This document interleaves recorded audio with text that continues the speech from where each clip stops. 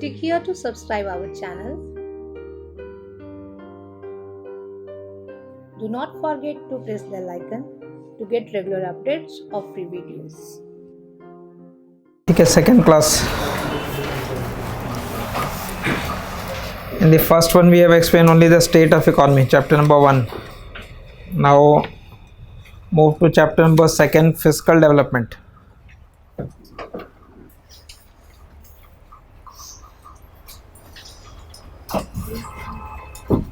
Fiscal development. Now this chapter mainly explain the fiscal policy part. So fiscal development will be having in fact two parts. One will be the revenue concern and other will be the expenditure. Revenue and expenditure.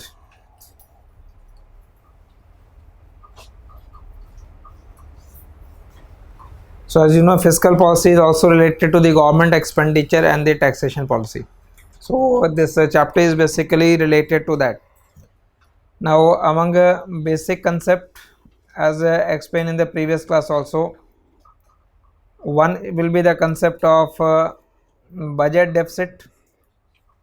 Budget deficit is mainly difference of total expenditure and total receipts. Total expenditure and total receipts, and this total expenditure include revenue as well as capital, revenue expenditure as well as capital expenditure, and total receipts include revenue receipts as well as capital receipts including borrowing. Therefore when we calculate fiscal deficit, it will be total expenditure minus total receipts excluding borrowing. It was a total receipts excluding borrowing.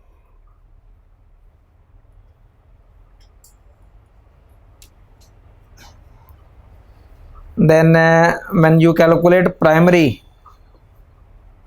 deficit, then primary deficit is fiscal deficit minus interest payment. Fiscal deficit minus interest payment. तो interest payment in fact past accumulated debt के ऊपर पे किया जाता है, तो current account के अंदर जो करंट ईयर का जो एक्चुअल डेफिसिट है वो बेटर रिफ्लेक्ट होता है with primary deficit. And when you explain revenue deficit, then it is only revenue account, a revenue expenditure minus revenue receipts, revenue expenditure minus revenue receipts. Remember जो revenue receipts है वहाँ पे कोई repayment obligation नहीं होता. Capital receipts में भी कुछ ऐसे हैं जहाँ रीपेमेंट ऑब्लिगेशन नहीं होगा, but not all. Capital receipts include borrowing also, but in the case of borrowing you have to repay, return.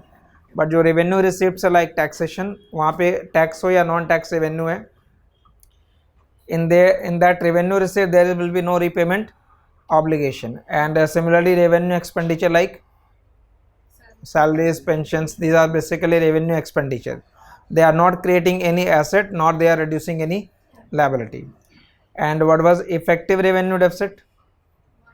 Effective revenue deficit is revenue deficit minus grants given to the states for productive asset or development asset.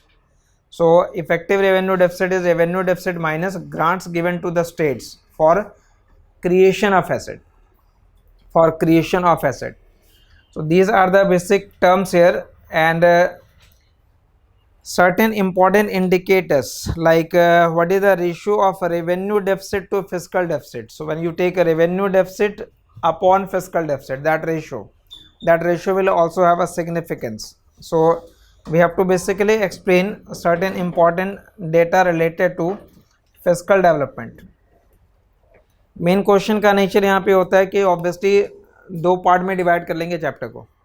एक तो major fiscal indicators हो जाएंगे, तो fiscal indicators का data पता होना चाहिए कि how much is fiscal deficit, how much is primary deficit, how much is revenue deficit for different year, how that trend has changed. And second thing is, when we explain revenue, then revenue will be further divided into tax revenue and non-tax revenue. When we talk about tax revenue, it will be further divided into direct tax and indirect tax. Among direct tax, it will be further divided into corporate income tax, personal income tax. Among indirect tax, further divided into GST, excise duty, custom and so on. इनका composition क्या है वो पता रखना है. What is the composition of tax system overall? How much is the share of direct tax? How much is the share of indirect tax? Which share is largest, smallest? How that trend has changed? And other thing is, what is the ratio of tax as a percentage of GDP? Tax GDP ratio. So tax GDP ratio is one important indicator. Again, among tax, we have to separate what is the percentage of direct tax and indirect tax in total tax. Then what is the percentage of direct tax as a percentage of GDP? How much is their growth rate? Whether it has increased or reduced. If increased because of certain reasons, so identify those regions as well. And graphically it has been given in pie chart form और page number 40 के ऊपर इसमें I will be referring to this. This will be the overall gross tax revenue. So out of that gross tax revenue, how much is indirect tax and how much is direct tax, and among direct tax how much is corporate income tax and tax on income, that is simply income tax. Then this is the composition of tax. ये table एक तो याद रखना है. And second will be this. These are different blocks of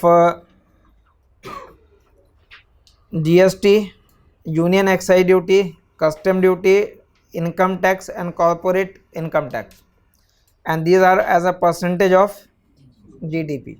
तो ये जो information है ये as a percentage of GDP है. तो एक रेलिवेंट टेबल आपको यहाँ पे वैसे के लिए याद रखना है. And the first page was basically this medium term fiscal policy statement. Medium term fiscal policy statement. तो medium term fiscal policy statement ये टेबल आपने लास्ट क्लास के में भी ड्रॉ कर रखा. ठीक है, we have written that part. So I will start basically with the first introductory paragraph. जो मेन स्टार्ट में जो इन्फॉर्मेशन गिवन है दिस फिस्कल डेवलपमेंट सेक्शन में. ठीक है, इसके अंदर जो मेन पॉइंट्स है उसको पहले लिख लेंगे. That done first. इसमें एस्टिमेटेड 3.8 जाने का है इस बार फिस्कल डेफिसिट. एस्टिमेटेड होता है ना, तो 3.8 मतलब ये ऐसा इसमें कम होने का था आगे. किसमें आगे का जो एस्टिमेट प्रोजेक्शन है. तो आप जब एक स्टेटमेंट आप लिख रहे हैं तो ये इन्फॉर्मेशन जब आप यहाँ लिख रहे हो तो ये medium term fiscal policy statement हो गया बजट 1920. ठीक है, ये जुलाई 2019 में जो आया, जुलाई 2019 का जो बजट है वो. और जो करंट है, करंट ईयर के लिए ये स्टेटमेंट जो सर्वे कंसीडर कर रहा है यहाँ पे ब्रैकेट में इंफॉर्मेशन, ये दीज आर बेसिकली व्हाट 2020-21 में what was projection in July 2019, what was projection in July 2019 and what will be the projection. मतलब आप जब सर्वे को रेफर करें तो सर्वे के अकॉर्डिंगली डेटा लिखें.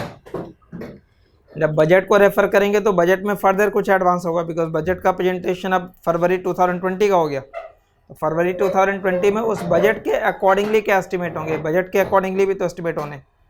बट जो इन्फॉर्मेशन आप यहाँ लिख रहे हैं ये बेसिकली फ्रॉम जुलाई 2019, मतलब सर्वे के अकॉर्डिंगली इन्फॉर्मेशन लिखा जाएगा. रेट एंड फर्स्ट रहेगा फिर.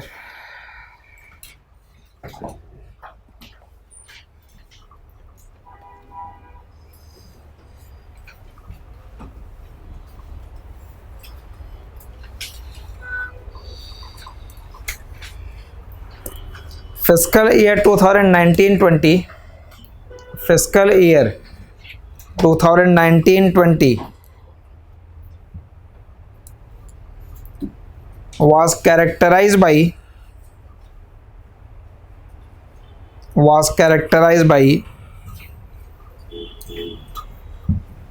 sluggish growth in tax revenue, sluggish growth in tax revenue relative to budget estimates, relative to budget estimates, relative to budget estimates, मतलब टैक्स रेवेन्यू का जो growth है वो स्लगिश है as compare to previous period, but non tax revenue जो overall revenue receipts है उसमें tax revenue is one part and non taxes, तो जो टैक्स रेवेन्यू उसका ग्रोथ स्लगिश है बट नॉन टैक्स रेवेन्यू का ग्रोथ सिग्निफिकेंट है. Add to that the non tax revenue, the non tax revenue registered a considerably higher growth, non-tax revenue registered a considerably higher growth, considerably higher growth in the first 8 months of current financial year, first 8 months of current financial year, first 8 months of current financial year. So tax revenue growth is sluggish but non-tax revenue growth is higher. ठीक है, ये सब अलग अलग paragraph नहीं बनाने, ये अलग अलग सेंटेंस कीजिएगा, separate sentences. On the expenditure side, on the expenditure side, total expenditure has increased, total expenditure has increased, total expenditure has increased at a considerably, at a considerable pace, at a considerable pace during April to November 2019-20. April to November 2019-20 with capital expenditure, with capital expenditure growing at, capital expenditure growing at roughly 3 times, capital expenditure growing at roughly 3 times, underline the keyword 3 times, capital expenditure has been growing roughly 3 times the growth registered during, the growth registered during same period last year, growth registered during same period last year.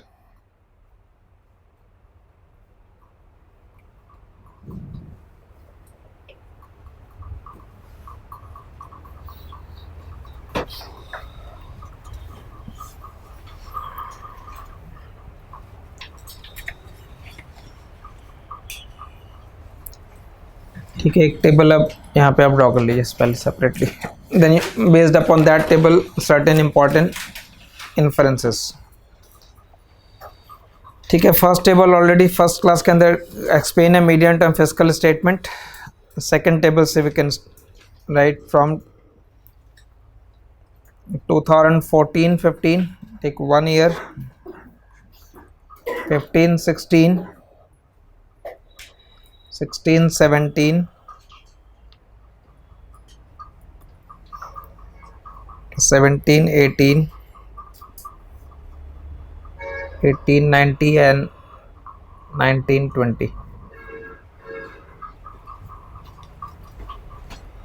ठीक है, although अगर आप trend के लिए आप ये लिखते हैं, एल्स करंट इंफॉर्मेशन के लिए ये याद रखना.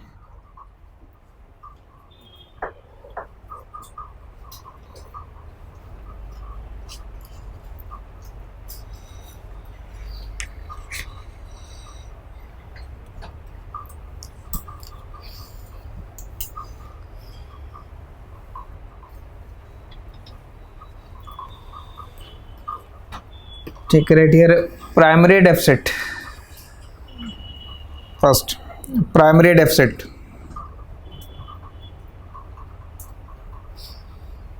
ठीक है, रफ इंडिकेशन है, मतलब एग्जैक्ट वैल्यू के फॉर्म में नहीं है, इसको आप रीड अगर करते हैं तो अप्रॉक्सीमेटली वैल्यू जो होगी वो लिख रहा हूँ, ठीक है, एग्जैक्ट मेंशनिंग ये फॉर्म में। तो revenue deficit is this green one, and revenue deficit as a percentage of fiscal deficit will be this dotted blue line, fiscal deficit and this effective revenue deficit. तो main information आप लीजिए primary deficit में first, it is primary deficit.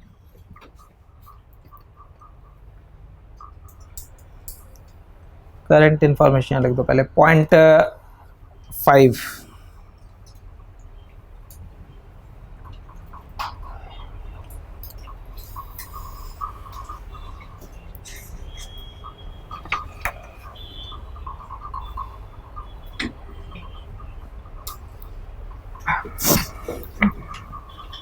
Rather इस form में read करोगे आप, primary deficit.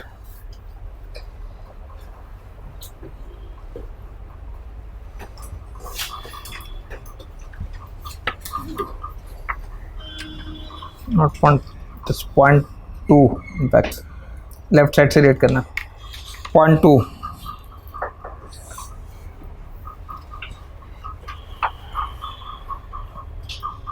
in 1819 it was static almost 0.2.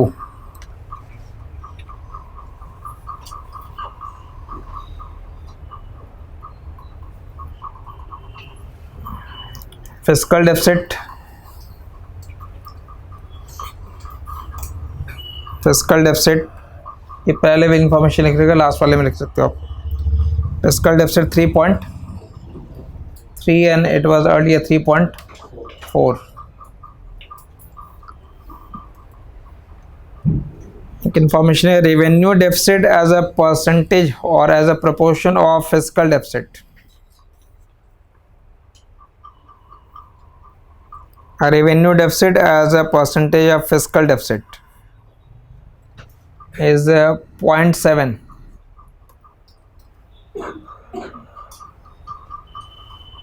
ठीक है, 1718 के लिए it was 0.8, before that it was 0.6. there is an interpretation of this concept. ठीक है, वो स्टेटमेंट आप उसके नीचे लिख लें। और एक और ऐड कर सकते हैं, effective revenue deficit, effective revenue deficit is 1.3 and it was 1.4 earlier, 1.5. so in the last 2-3 year gradually declining.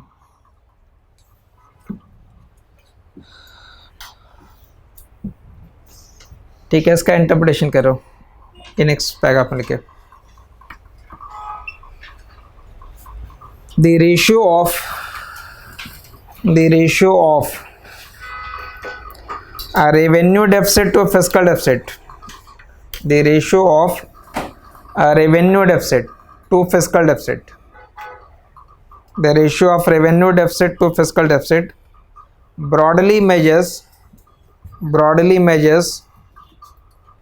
the extent of borrowing, broadly measures the extent of borrowing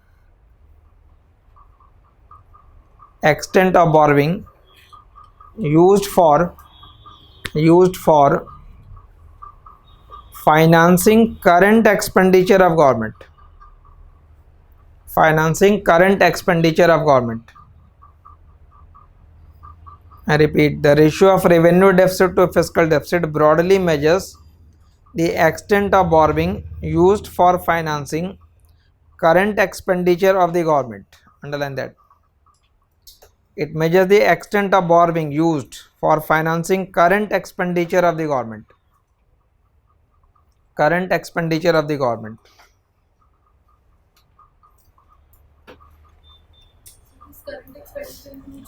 current expenditure में ये आपका basically जो revenue वाला part आ जाता है वो current के लिए हो जाता है, वो रेकरिंग है। तो इन दैट वे वो आपने रेवेन्यू डेफिसिट वो लिया है और उसको डिवाइड कर दिया। ये रेवेन्यू डेफिसिट का इंपॉर्टेंस एक्चुअल में होता है, रेवेन्यू एक्चुअली ये करंट है, डे टू डे जो बिजनेस है वो रनिंग एक्टिविटीज़ है, उसको रन करने के लिए आपको कितने का फाइनेंसिंग चाहिए? तो how much of that fiscal deficit goes to finance that current imbalance. In that way, it measures the extent of borrowing used for financing current expenditure of the government. ठीक है, तो इस तरीके के जहाँ इंपॉर्टेंट सेंटेंसेस गिवन है, मतलब आपने रेशियो याद रखा वो अलग है, बट ये रेशियो एक्चुअल में मेजर क्या कर रहा है? तो this ratio actually measures the extent of borrowing needed to finance the current expenditure.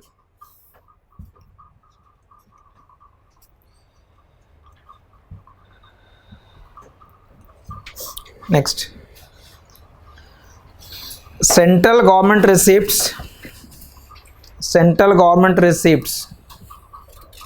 can be broadly divided into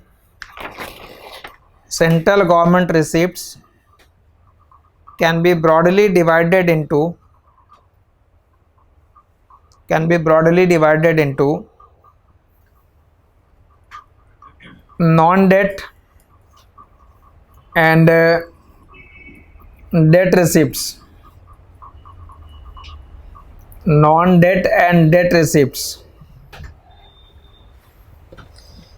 Below that, non-debt receipts comprises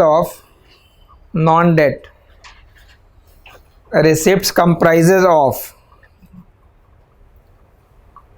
tax revenue, non-tax revenue, and non-debt capital receipts.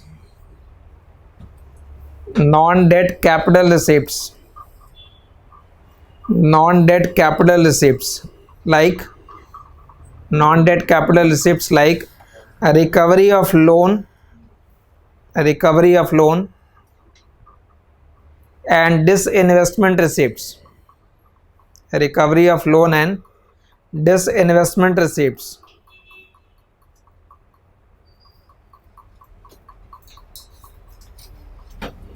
So in the non-debt category you are including tax revenue, non-tax revenue and non-debt capital receipts.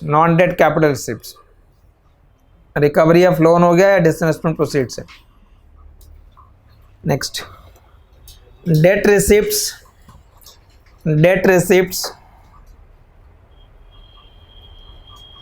mostly comprise of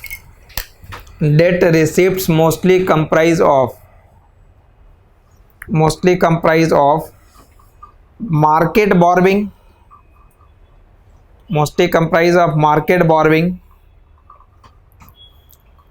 and other liabilities. Market borrowing and other liabilities which the government is obliged to repay.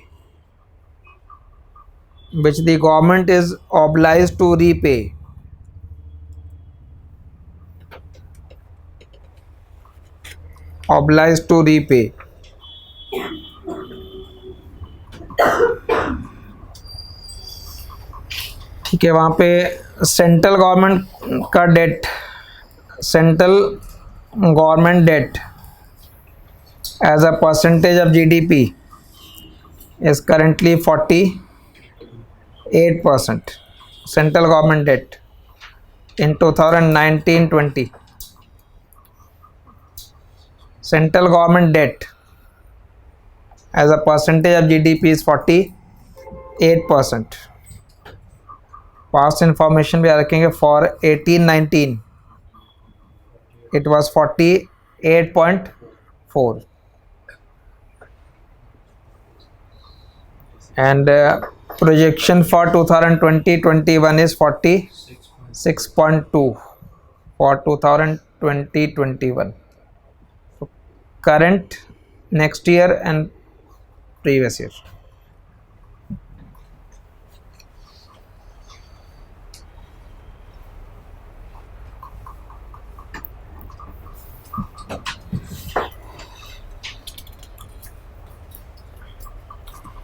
ठीक है, below. Next,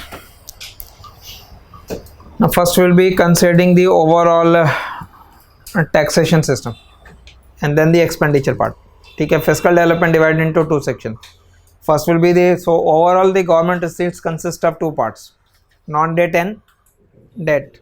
Among non-debt it is tax revenue, and tax revenue will be further divided into direct tax and indirect tax. तो जो major components होंगे वो आपको पहले explain करने within that tax. So you can make a subheading. You are writing basically for taxation now.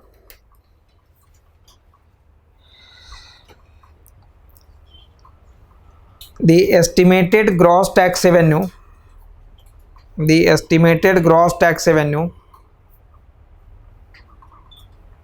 the estimated gross tax revenue is 11.7% of GDP.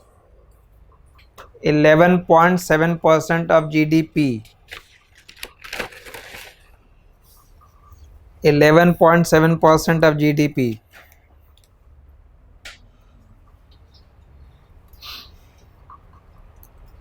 The direct taxes,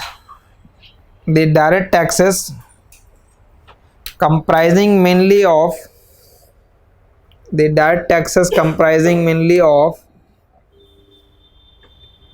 corporate and personal income tax, corporate and personal income tax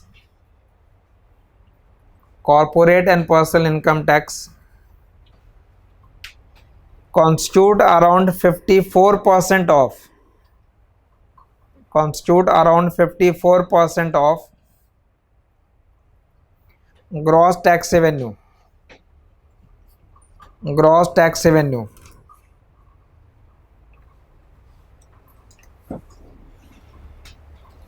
So there you can write for 2019-20 budget estimate, composition of tax.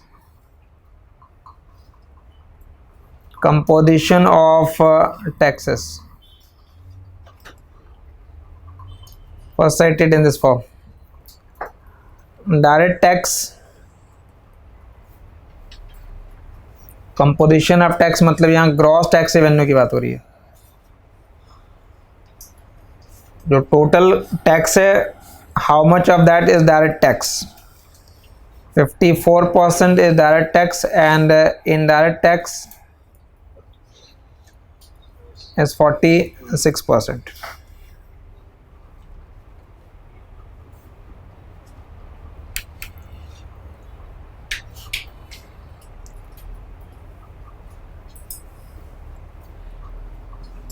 ठीक है, इसे आप यहाँ पे अगर इस form में लिख लो ज़्यादा बेटर है.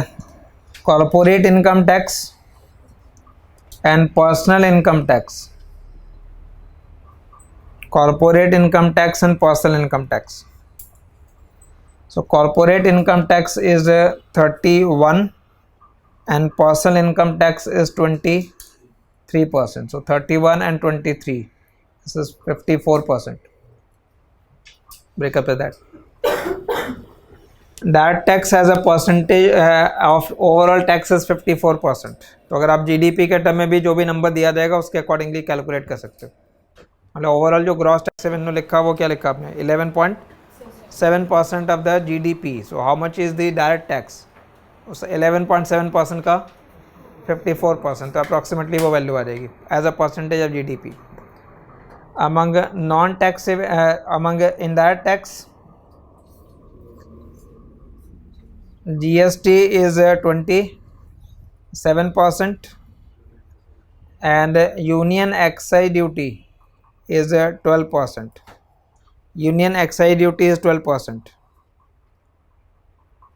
and custom is 6%.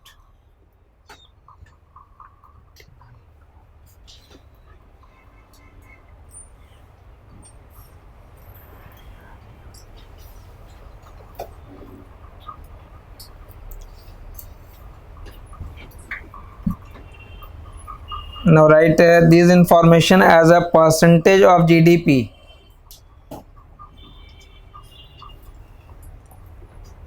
Tax as a percentage of GDP. Tax as a percentage of GDP. ठीक है, क्लियर है? So Indian tax system is becoming basically more and more अगर डायरेक्ट टैक्स का प्रोपोर्शन बढ़ रहा है इसका मतलब it is becoming more progressive.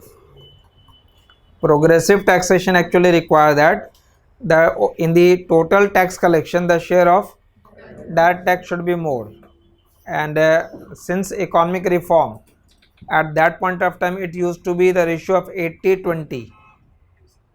80% was indirect and only 20 was direct tax, but after that economic reform or tax reform the percentage of direct tax has increased over the indirect taxes. So this is basically a progressive change. So Indian tax system is becoming more progressive. Remember, अगर आपने ये fact याद रखा है तो concept को भी साथ में रखिएगा, बिकॉज जो ऑप्शंस रहते हैं, जो स्टेटमेंट होंगे उसमें एक स्टेटमेंट ये कंसेप्चुअल भी होगा. Just by remembering fact it will not solve. मतलब वहाँ जो ऑप्शंस होंगे उस ऑप्शन में one will be fact, one और two will be fact and one और two will be the statement based questions. So write that statement. As the share of that tax increases, as the share of that tax increases, as the share of that tax increases, we can say that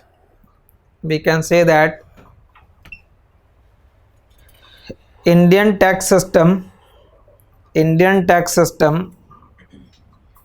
is becoming more progressive. Indian tax system is becoming more progressive. Indian tax system is becoming more progressive.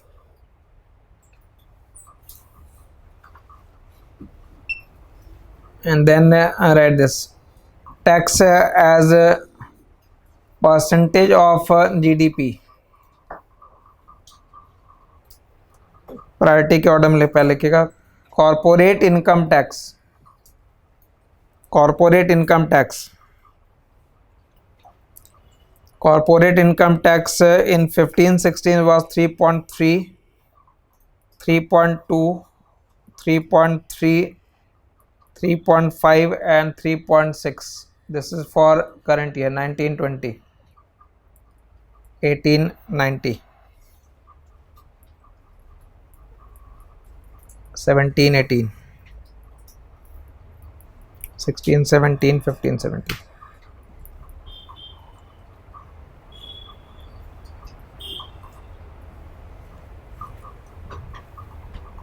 Don't try to remember all, just try to remember the last one. Trend याद रखना है. Trend के लिए आपको fact नहीं चाहिए, but otherwise अगर आप हर ईयर का याद करोगे तो फिर वो मिक्सअप हो जाएगा. ठीक है, तो ट्रेंड क्लियर होना चाहिए कि 3.3 it is in the range of around 3.5 we can say. So currently it is 3.6% and it is in the range of we can say 3.2 to 3.5. So it is moving in that range. ठीक है, तो range को fix कर लीजिए कि इस range में वो वैल्यू है, सो दैट एटलीस्ट फ्यूचर में भी अगर आप लिख रहे हैं तो बहुत ज़्यादा सिग्निफिकेंट डिफरेंस नहीं होता 1 ईयर 2 ईयर में. हार्डली अगर ये 3.6 है तो ये 3.7 या 3.8 हो जाएगा. तो 1 और 2 ईयर में कोई मेजर चेंजेस नहीं हो रहे हैं जो आप ट्रेंड के अकॉर्डिंगली भी देख रहे हो. So it is basically in the range of 3.2 to 3.56. So corporate income tax as a percentage of GDP, and after that personal income tax, tax on income. Tax on income as a percentage of GDP was 2.1, 2.4, 2.5, 2.4, 2.7, 2.7. Personal income tax as a percentage of GDP 2.7. ठीक है. So how much is direct tax as a percentage of GDP? ठीक है, आपको ये दो component मालूम है, तो डायरेक्ट टैक्स के ये दो कंपोनेंट है, तो डायरेक्ट टैक्स के कंपोनेंट में आप इन दोनों को ऐड कर लीजिए. Clear?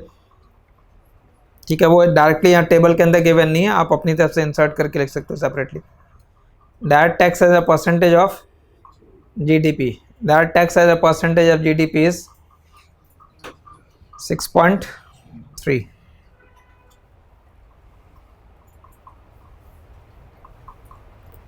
That tax as a percentage of GDP is 6.3. And how much is total? पहले लिखा भी 11.7.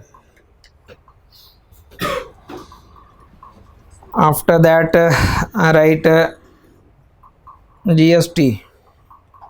बट GST का इन्फॉर्मेशन 15-16 में नहीं होगा, 16-17 में नहीं, 17-18 में 2.6, 3.1, 3.1.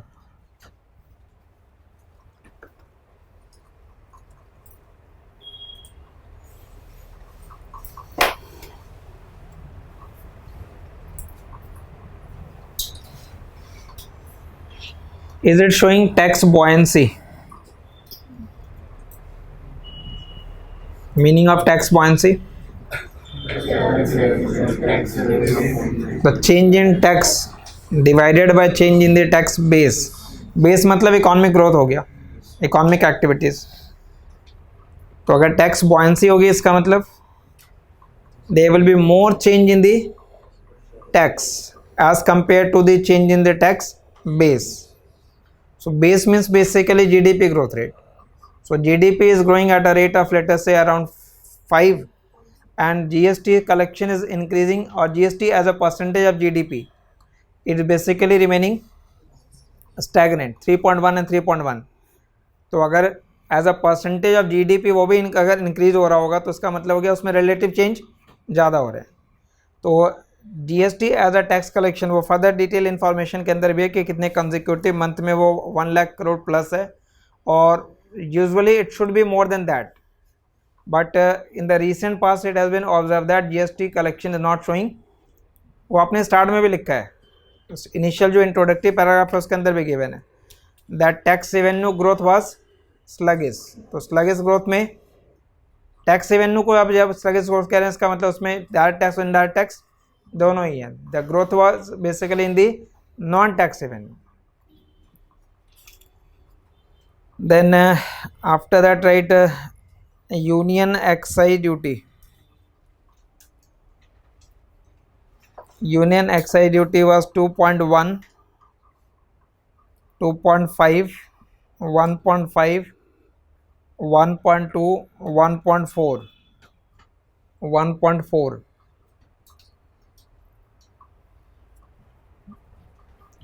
Excise duty is basically mainly on that production. So if there is lack of production, then obviously that union excise duty will also be less. So it 1.4% as a GDP. And custom you can write, ये 5 tax का information दिया जा रहा है. Custom was 1.5, 1.5, 0.8, 0.6, 0.7.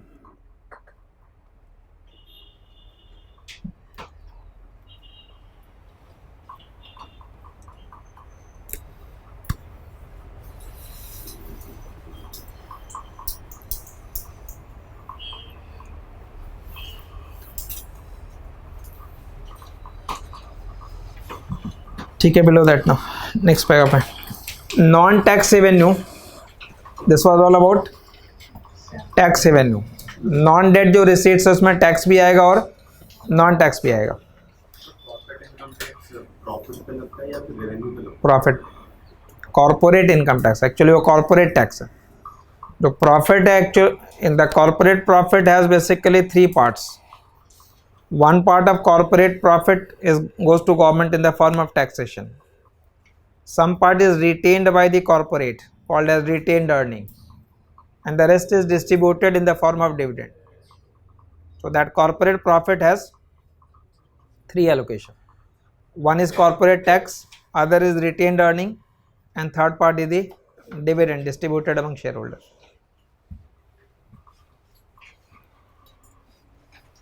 Remember these are in addition to what they जो आप revenue कह रहे हैं उसके ऊपर they are basically paying GST.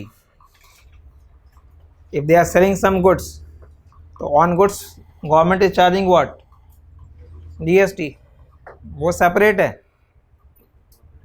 GST वगैरह पे करने के बाद जो इनकम बच जाएगा that will be on that income there will be एक simple example I will give the collection from this class will always be including that GST. So first of all, out of that total collection 18% will go to the government in the form of GST. After that, that will be considered as we can say after that we'll be considering it as a revenue. Out of that revenue, subtract the expenditure side like rent, so on, and these are expenditure.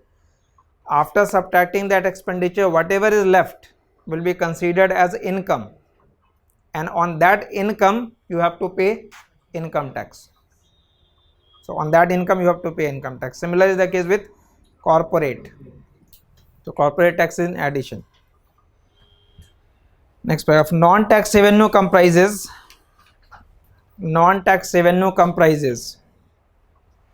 mainly of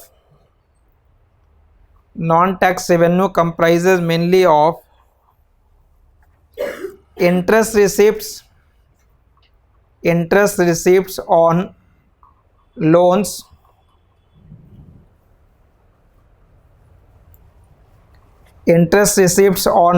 to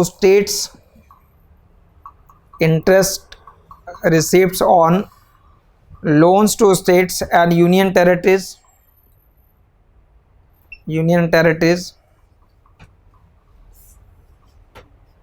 after comma, dividend and profit from public sector enterprise,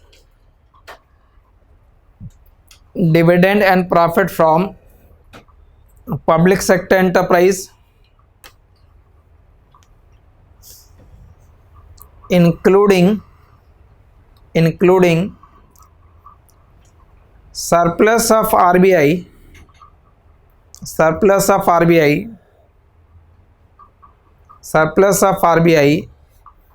transferred to government of India,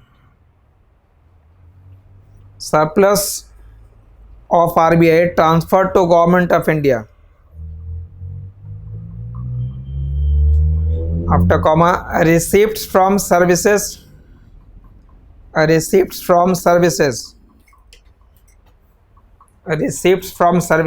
provided by central government,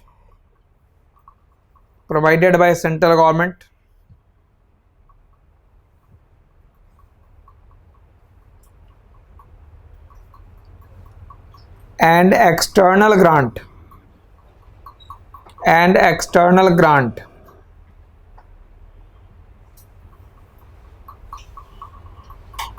okay. So like in government hospital when you pay fee, that is considered as non-tax revenue. Government school fee, non-tax revenue.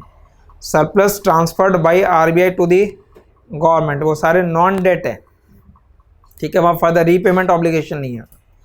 Public sector enterprise का profit, dividend, that will go to the government. So they are not non tax revenue categories and all of them constitute basically 1.5% of GDP. Next information, non-tax revenue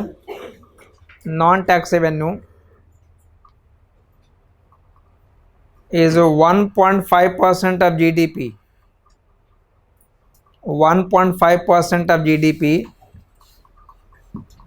in 2019-20, and it is 0.3 percentage points more, and it is 0.3% more, 0.3% more than that in 2018-19, 0.3% more than that in 2018-19.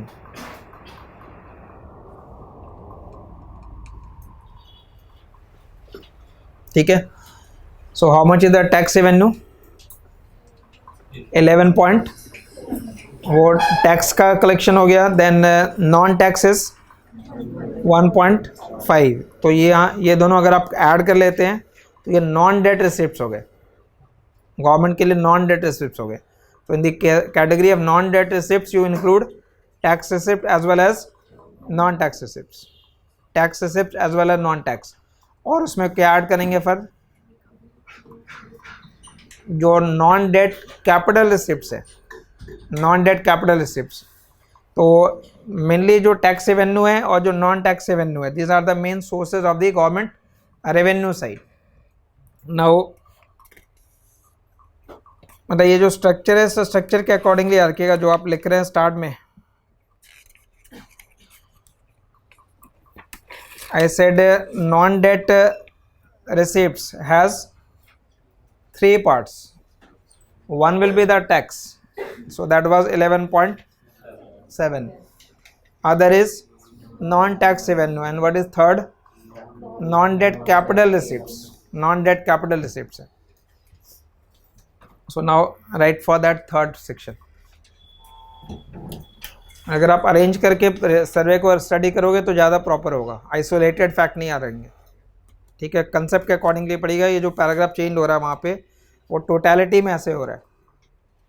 So you are initial paragraph में बता दिया कि overall जो receipts है उसके दो part हो गए, non debt and debt, and then non debt consist of this, non debt consist of tax, non tax and non debt capital receipts. So tax clear है, नॉन टैक्स क्लियर है, third is non-debt capital receipts. Next paragraph.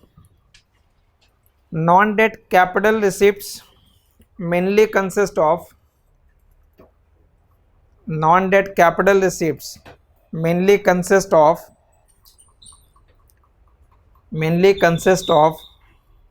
a recovery of loans and advances,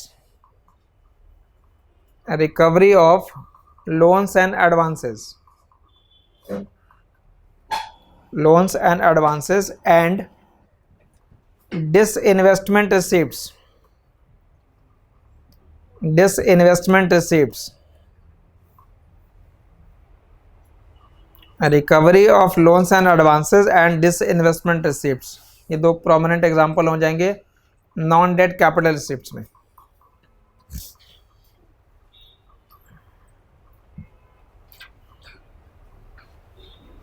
It is 0.6% of, it is 0.6% of,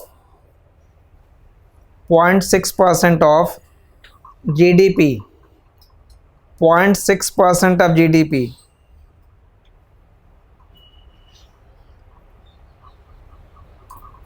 in 2019-20,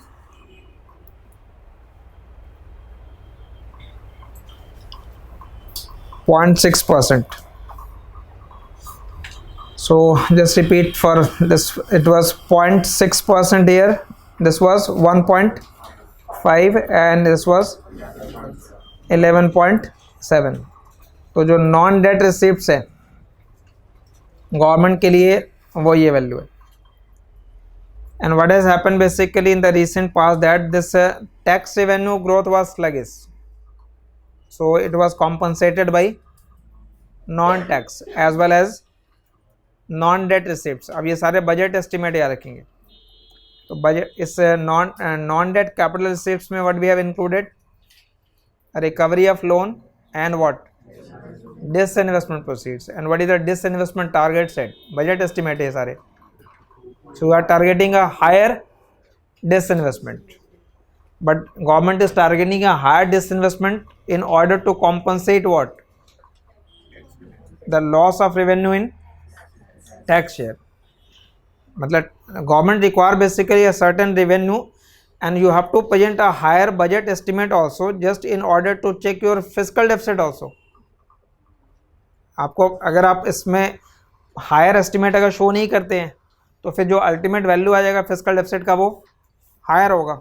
so you have to estimate a higher tax revenue, non tax revenue and the. तो government has basically in this tax revenue share is less, there should be more growth here and less in the category of non-debt capital receipts because they, remember they are capital receipts means what, आप इन दोनों में फ़र्क करोगे, इन दोनों में और ये last लिख रहे हैं, ये डिसइन्वेस्टमेंट प्रोसीड्स एवरी ईयर नहीं होगा।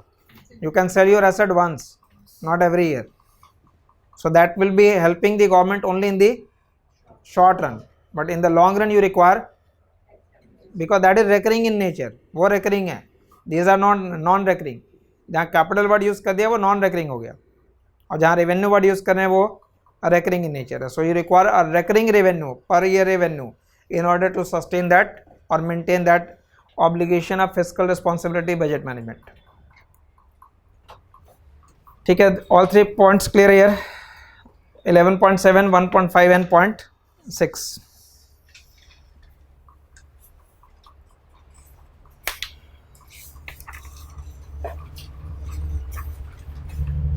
Capital receipts and non-debt capital receipts have same meaning. Capital receipts and no, non-debt means there is no repayment obligation. But if you are borrowing, then it has repayment obligation. So that borrowing is that capital debt receipt. वो capital भी है और वो date receipt है। ठीक है, date receipts ये वाला सर्वे के अंदर ये लास्ट में एक्सप्लेन हो रहा है। मतलब सर्वे जो अरेंज है उसके अंदर इनिशियल पार्ट में ये रेवेन्यू आ गए, टैक्स, नॉन टैक्स और non debt capital receipt. After that it explains expenditure component and then at the end debt receipts. आप अगर पहले लिखना चाहो तो पहले लिख लो।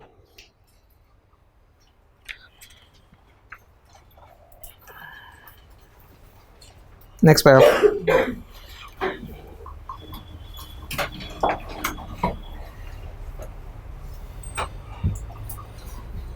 Total liabilities of central government. Total liabilities of central government. Liabilities actual में debt है। Total liabilities of central government include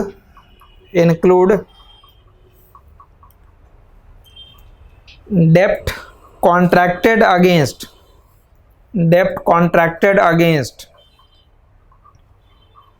consolidated fund of India, debt contracted against consolidated fund of India, and it is technically defined as public debt.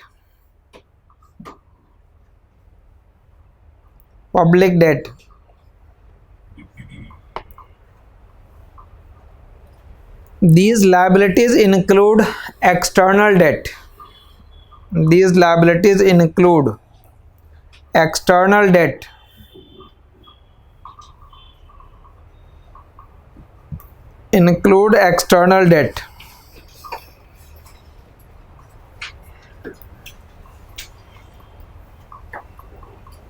Full stop. Total liabilities of central government.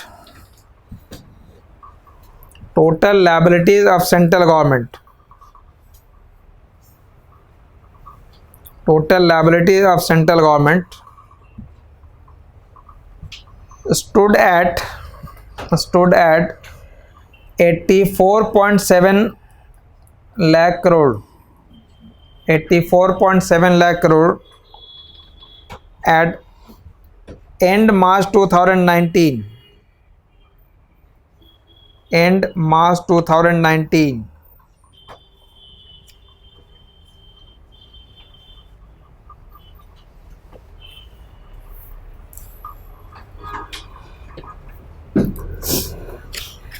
ठीक है, यहाँ पे एक table number 8, but I don't think ज़्यादा useful table है ये। Debt position of central government in terms of amount. So amount you can ignore. Usually question का ज़्यादातर जो नेचर होता है उसमें वो परसेंटेज वाले वैल्यूज़ ज़्यादा पूछे जाएंगे। So public debt has internal debt and external date.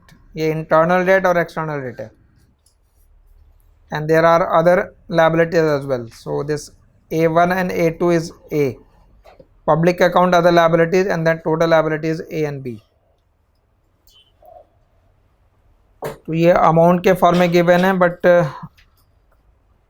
This you can remember. Trend in the central government debt GDP ratio, central government debt GDP ratio वो स्टार्ट में लिखा था, जो फर्स्ट टेबल है। So how much is that? यहाँ तो chart के form में गिवन है, वहाँ एग्जैक्ट वैल्यू लिखी हुई है स्टार्ट में 48, ठीक है। तो इनिशियली वो टेबल जो आपने लिख रखा है उसके accordingly, but we can say that over a period of time debt as a percentage of GDP is decreasing, and as per fiscal responsibility budget management we have to achieve it to 40% of the GDP, slightly it is now around, ठीक है। तो ये value जो लिख रखा है इसको आप टेबल ऐसे याद नहीं ना, ट्रेंड को याद रखिएगा, मतलब कंसिस्टेंटली वो डिक्रीज हो रहा है,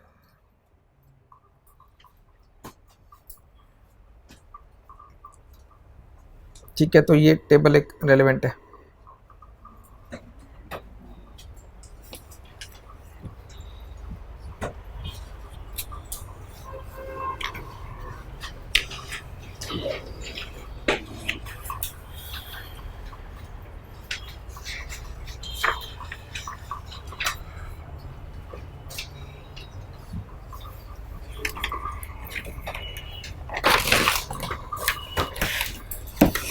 Next is trends in expenditure. Trends in expenditure.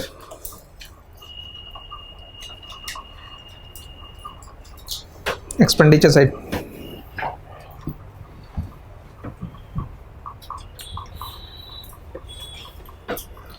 Attention, major points first. As India's tax to GDP ratio is low, as India's tax to GDP ratio is low, tax to GDP ratio is low, so government faces the challenge of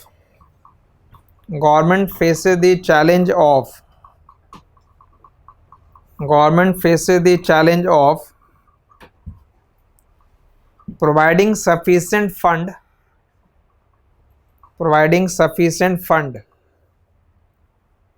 for investment and infrastructure, providing sufficient fund for investment and infrastructure expansion, for investment and infrastructure expansion while staying within the bounds of fiscal prudence, while staying within the bounds of fiscal prudence.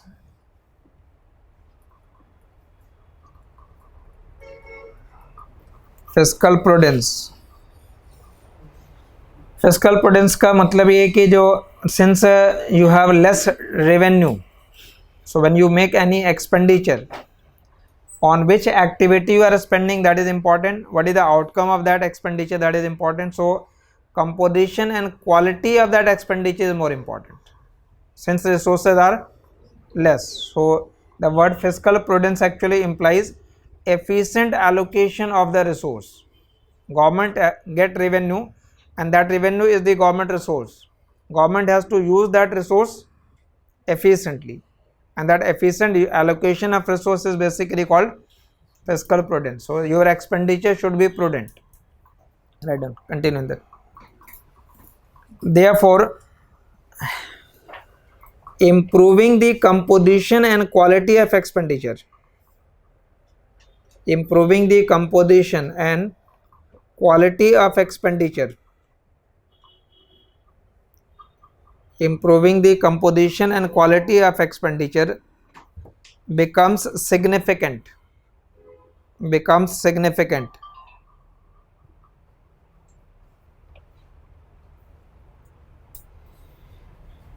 Next sentence. The composition of government expenditure,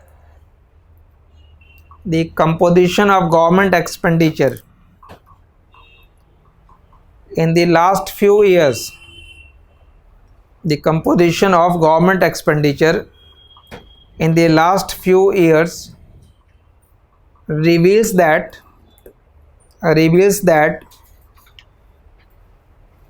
expenditure on defense,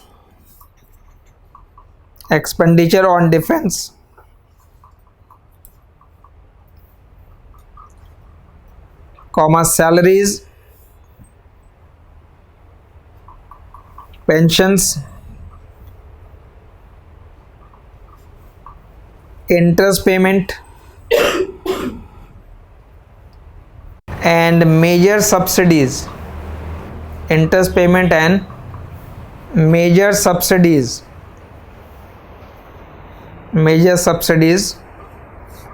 account for more than 60%, account for more than 60% of total expenditure, more than 60% of total expenditure. So more than 60% of total expenditure comes is on defense, salaries, pensions, interest payment and major subsidies. Major subsidy like food subsidy, fertilizer subsidy and so on.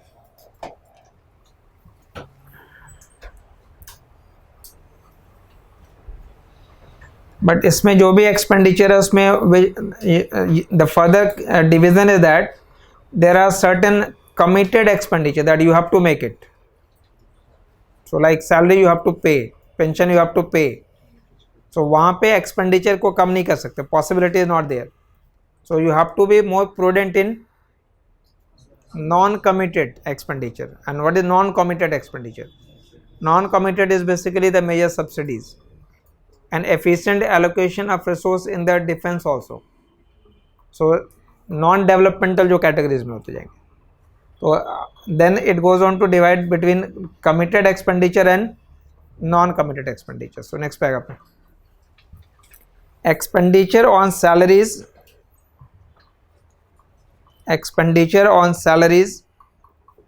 pensions and interest payment, because already you have taken loan, so you have to make that payment, and interest payment are committed in nature,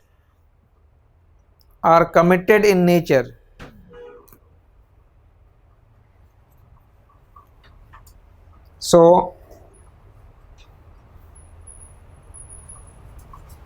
there is limited scope or there is limited fiscal space,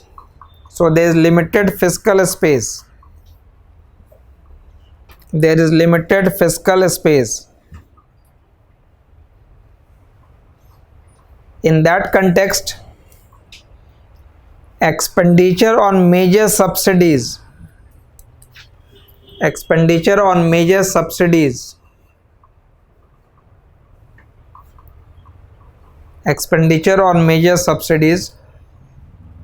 which is a significant component of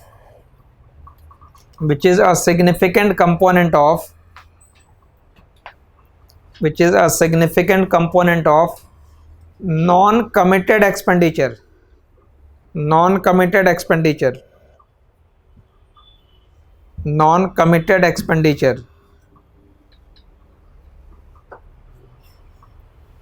should be reduced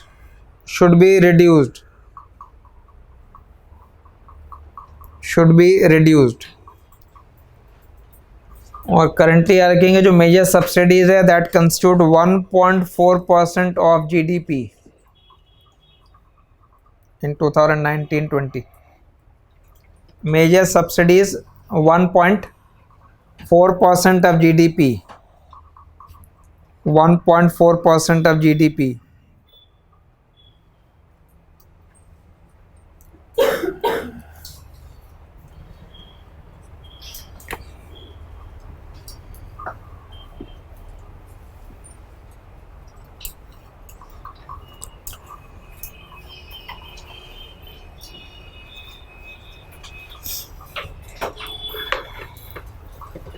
Table number 4 है major items of revenue expenditure, but again not that much relevant. Like revenue expenditure is overall amount is being given, and the term in bracket is in fact growth rate. So revenue expenditure in terms of lakh crore is 24.48 lakh crore, and how much is the growth rate? Revenue expenditure का growth rate 21% है. Just salaries 2.35 Out of that 24.48,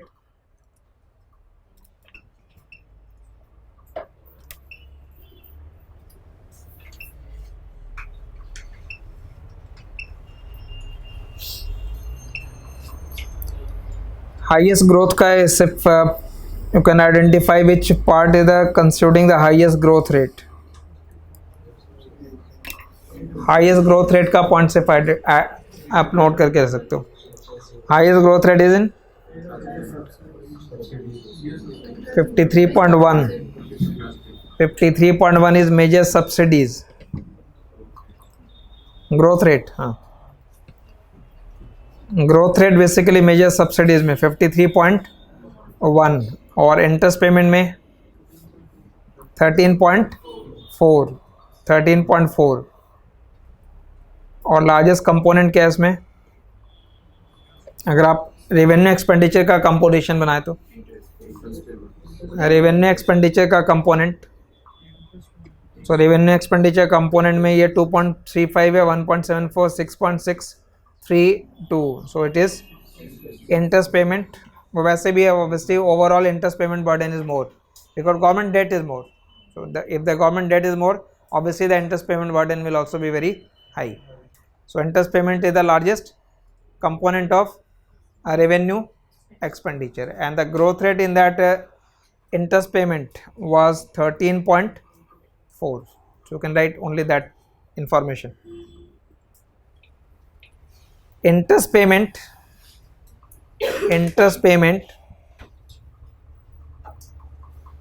is the largest component of revenue expenditure. Largest component of revenue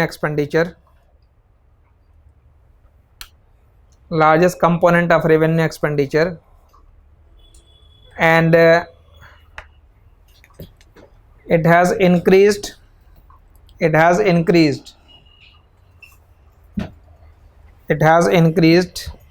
by 13.4%. It has increased by 13.4%. 13.4%.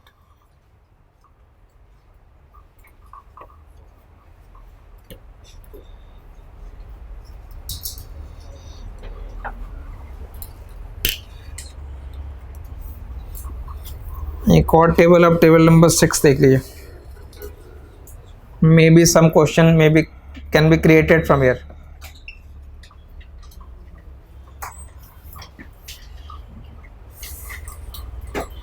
Share of revenue and capital expenditure in total expenditure. Share of revenue and capital expenditure in the total expenditure. So this blue line is revenue expenditure. Revenue expenditure आपको ये right side वाले से information है. And capital expenditure as a percentage of total. Current information के accordingly which part is more, which expenditure is more? 1920 के लिए revenue expenditure is more than capital expenditure, but what we can draw from that, उससे interpretation क्या आता है? Ideally which expenditure should be more? Because capital expenditure is on creation of some asset or reducing some liability. So ideally capital expenditure should be more. So the quality of expenditure, because fiscal prudence requires what? There must be qualitative expenditure. So those expenditure which create more assets. So from that angle, capital expenditure as a percentage of GDP should be more, but revenue consists of various committed expenditure, regrettable necessities like defense expenditure. You have to make it. So those are basically plus the salaries and pensions. So those are committed expenditure which is increasing the revenue expenditure as a percentage of GDP. Next, it goes on to explain the transfer to the states. Transfer to the states.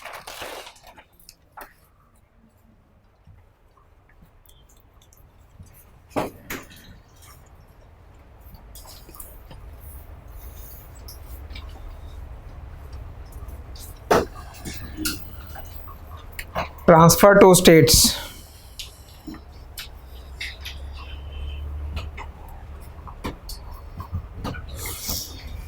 So how fund get transferred from center to the state?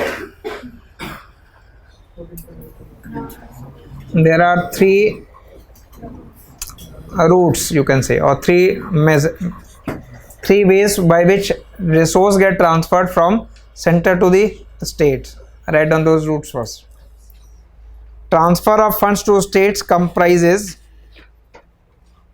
transfer of funds to states. Transfer of funds to states comprises a share of states in central tax. Share of states in central tax. Share of states in central tax. But वो transfer किसके through होगा? Finance commission के through होगा. ठीक है, finance commission will determine कि out of that pool of revenue collected how much will be shared by, how much will be shared with the state and how much will be kept by the center. So how much it is? 41%. And what was previous? 42. ठीक है, तो वो एक devolution of tax ratios हो गया, तो that is through finance commission. Second, finance commission grant. Finance commission grant. Second, finance commission दोनों के बारे में recommendation देगा. One will be how much will be the tax and other will be the grants in aid. Finance commission grant. And third, centrally sponsored scheme. Centrally sponsored scheme.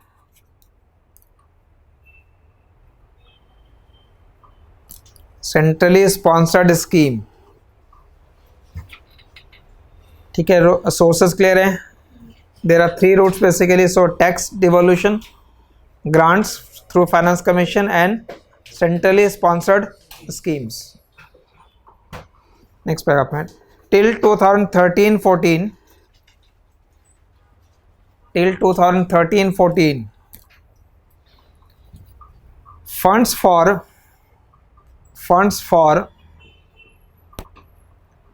centrally sponsored scheme. Funds for centrally sponsored scheme. Funds for centrally sponsored scheme were routed through ROUTED, routed through two channels. Routed through two channels. That is consolidated fund of the state. Consolidated fund of the state and directly to state implementing agencies. And directly to state implementing agencies. State implementing agencies.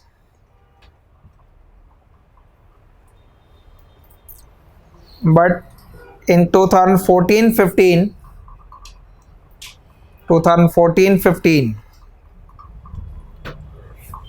direct transfer to state implementing agencies. Direct transfer to state implementing agencies were discontinued.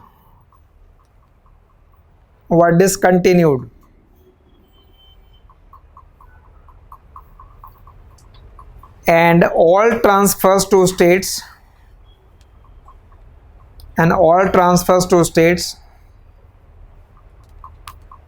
were routed through consolidated fund of state.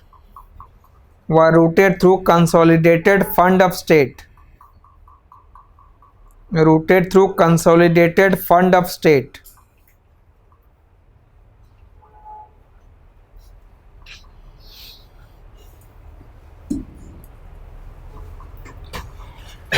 ठीक है, ये again है central government as a percentage of GDP information लिखेंगे. दो table यहाँ पे given है. One is in terms of absolute So there are three routes here. One will be devolution of state share and tax. आप directly tax रख लीजिए. Next you can write as a grants, finance commission grant, and third is centrally sponsored schemes.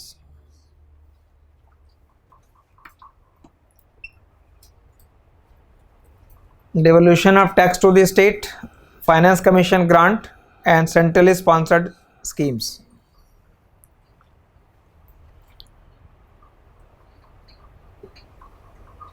If you want to copy all, it is from 1415, 1516, 1617, 1718, 1819, and 1920.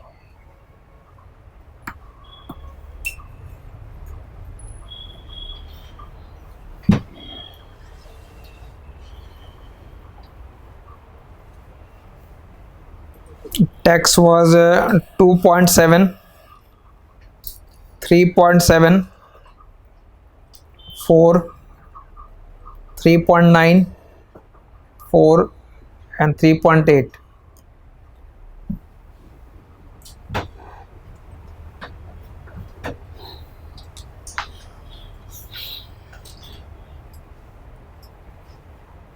As a percentage of GDP. So states are getting tax share from center, and that is 3.8% of the GDP. Grants is 0.5, 0.6, 0.6, 0.5, 0.6, 0.6.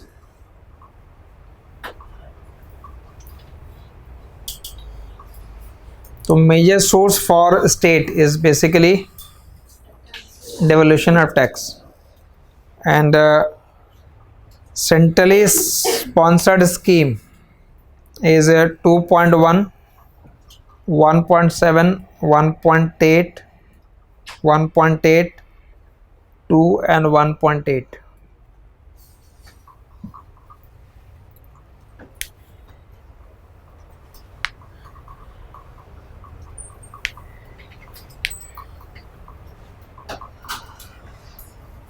इनको club करके भी याद रखिएगा. Club करने से क्या तीन information क्या बता रहे हैं? सेंटर से स्टेट की तरफ जो फ्लो हो रहा है रिसोर्स का, तो from centre to the states, because from centre to the state transfer will be through these three routes. So 3.8, 0.6 and 1.8. ठीक है, 6.2% of the GDP. That much resource goes from center to the states.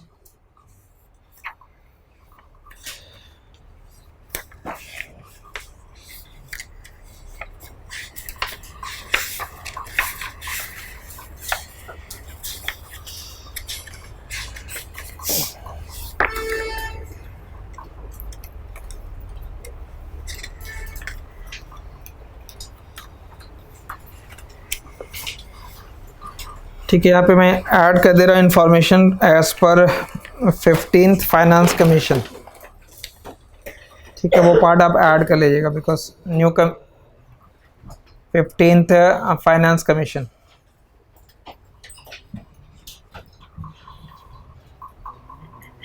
ठीक है, 15th finance commission के accordingly centre and state, so states are sharing 41%, 59% here.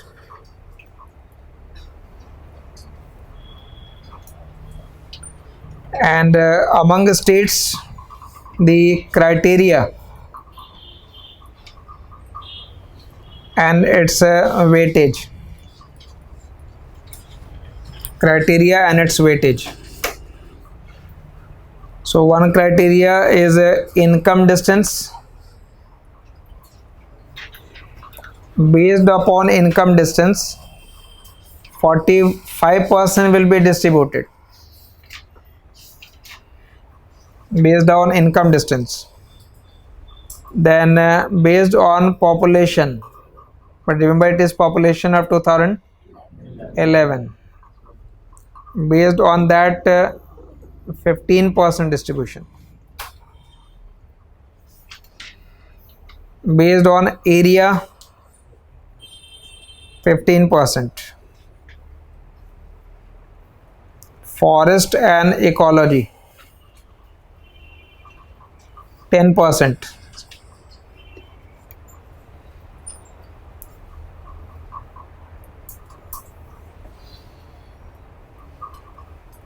Demography performance,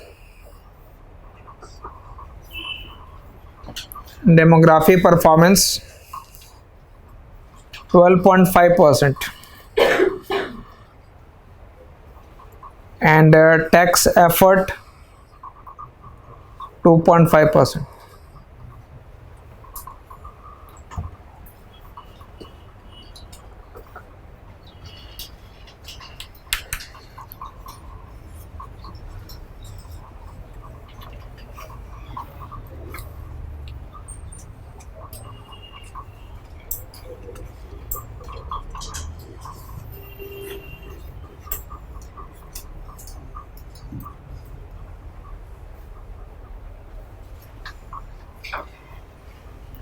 ठीक है.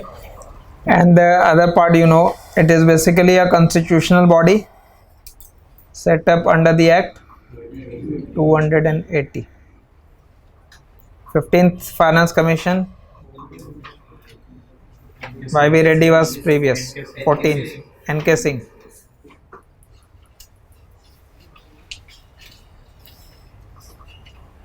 ठीक है, reference के लिए आप अपनी इंफॉर्मेशन में 14th का भी लिख लीजिएगा, because sometimes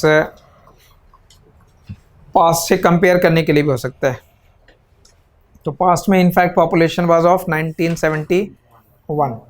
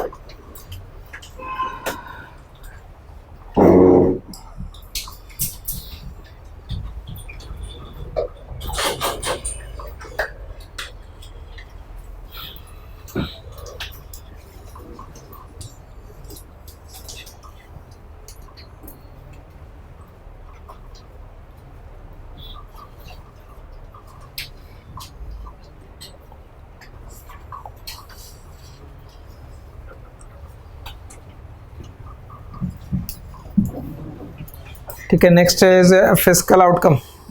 fiscal outcome in 2019-20.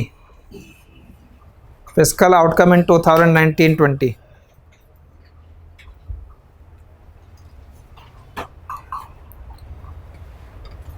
Fiscal outcome in 2019-20 has been compared with what was estimated, budget estimated in 2019-20.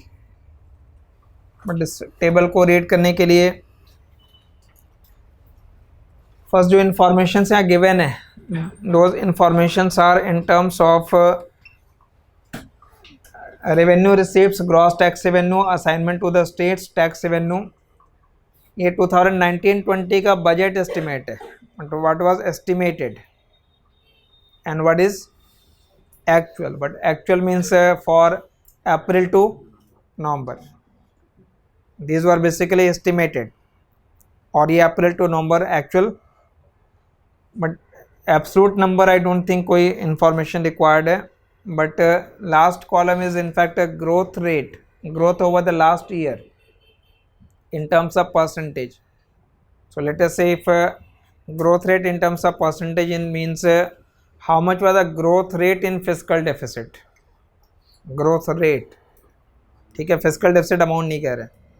Last year का जो फिजिकल डेफिसिट था और करंट ईयर का जो फिजिकल डेफिसिट है उसमें कितने परसेंटेज का ग्रोथ रेट हुआ, चेंज हुआ है, ठीक है, वो इन्फॉर्मेशन वो लास्ट वाला कॉलम कह रहा है। जो इन्फॉर्मेशन पैराग्राफ में गिवन होगा वहाँ जो मेन एस्पेक्ट है उसको अदरवाइज इस तरीके के टेबल मतलब कंप्रेहेंड करना डिफिकल्ट होगा। आप एक दो इन्फॉर्मेशन याद कर सकते हो ज़्यादा से ज़्यादा, ठीक है। तो जो टैक्स रेवेन्यू रिसीप्ट्स है और लास्ट वैल्यू बेसिकली लेटेस्ट से gross tax revenue, so gross tax revenue growth rate was 0.8%। अब आप इसको रिलेट करो जो स्टार्ट में हमने लिखा है, but we have written the first line, the tax revenue growth rate was sluggish, so sluggishness is that the growth rate in that gross tax revenue is only 0.8% growth rate, it is not as a percentage of GDP, as a percentage of GDP it was 11.7, but if it is a growth rate is only 0.8%, it means in the past also it was almost same. So the growth rate in the tax revenue is sluggish, but revenue receipts overall gross tax revenue के अंदर है, assignment to the tax etc you can ignore, then important part will be the total expenditure.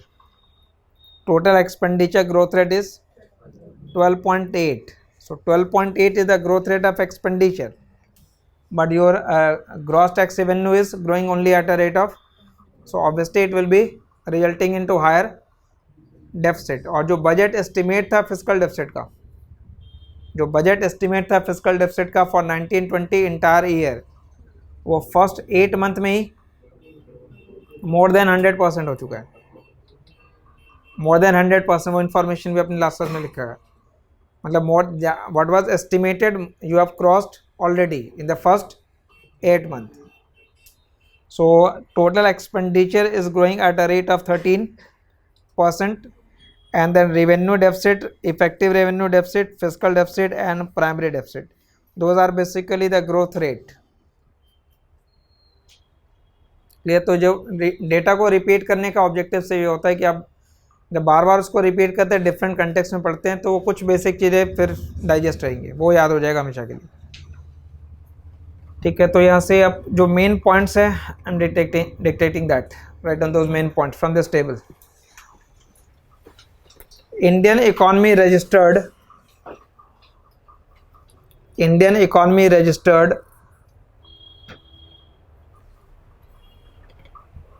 a sluggish growth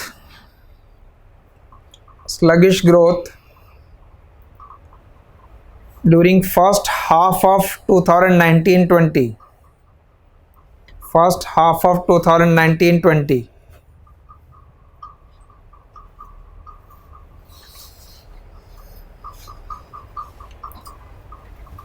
It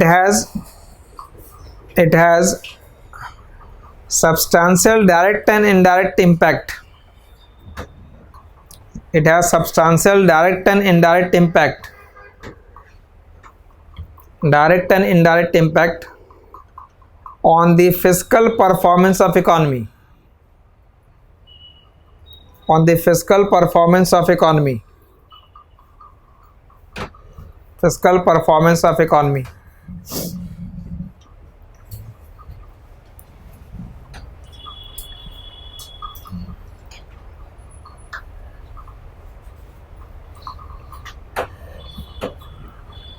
Next paragraph में the accounts for April to November 2019-20, the accounts for April to November 2019-20 shows that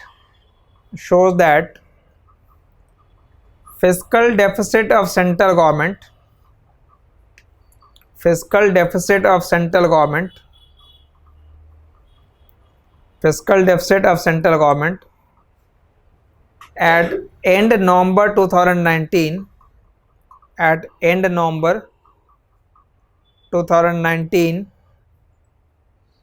stood at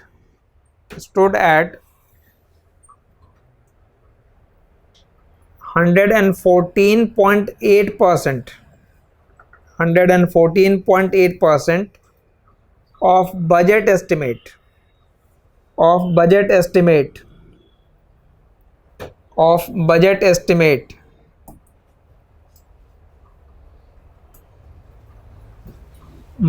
That means this is the budget estimate, and budget estimate accordingly fiscal deficit, the deficit in terms of lakh crore was 7.04, and the estimate was that in the entire financial year it will be at 7.04 lakh crore, and it is 114.8, means already more than that, already more than that for the first 8 months. So you are, the government will be unable to meet that target. जो revise होकर के आएगा next year तो उसमें वो information different होगा.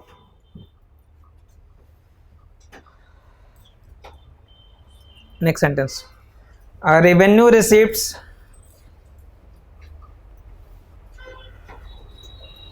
revenue receipts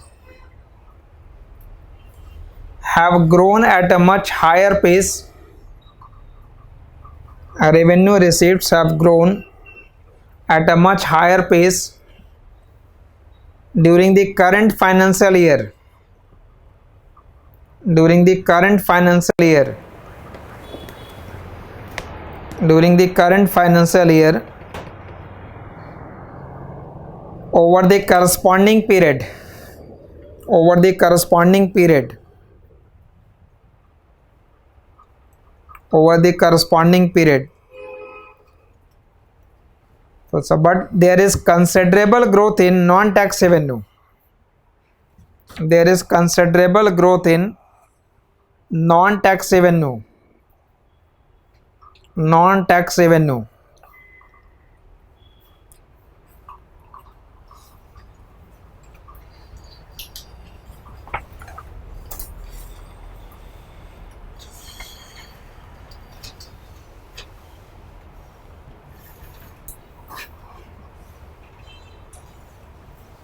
ठीक है, इसके ग्रोथ रेट का एक इंफॉर्मेशन नेक्स्ट पार्ट में गिवन है.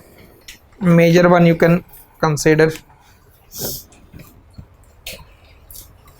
Growth rate of fiscal indicators, same information है जो वहाँ प्रीवियस टेबल था, उस प्रीवियस टेबल को ही आप बेटर फॉर्म में प्रेजेंट किया गया बस. So gross tax revenue, gross tax revenue,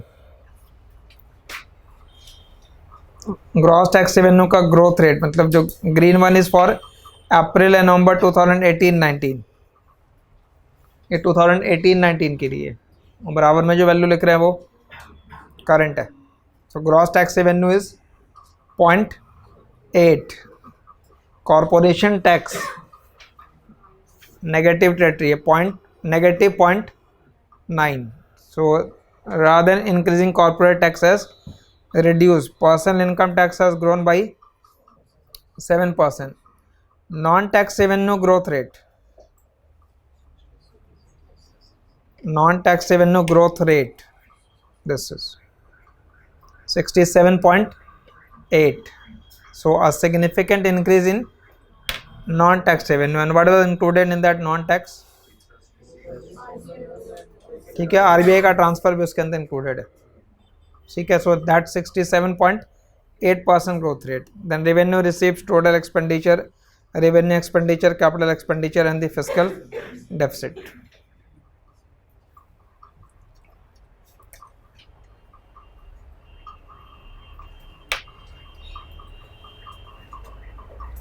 ठीक है, मैं मेजर वन जो इंपॉर्टेंट वन है वो डिक्टेट कर रहा हूँ, उसको लिखिएगा बिलो दिस. मतलब फर्दर जब आप रेफर कर रहे हो खुद से तो फिगर 8 के अकॉर्डिंगली, मतलब how to interpret this number, write down first statement. The growth rate, the growth rate of gross tax revenue, growth rate of gross tax revenue in April November 2019-20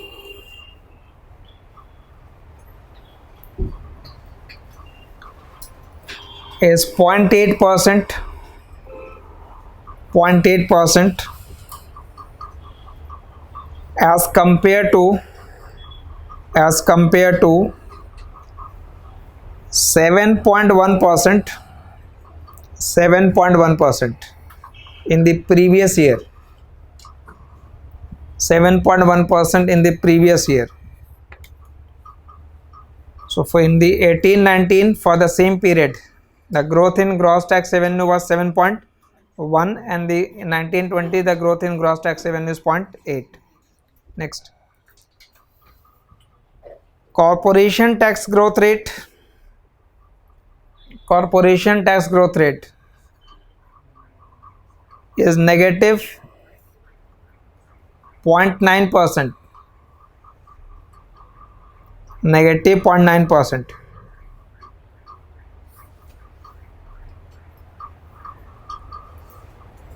Third, personal income tax. Personal income tax growth rate. Personal income tax growth rate is 7%. Is 7% as compared to 16.4% in previous year. 16.4% in previous year.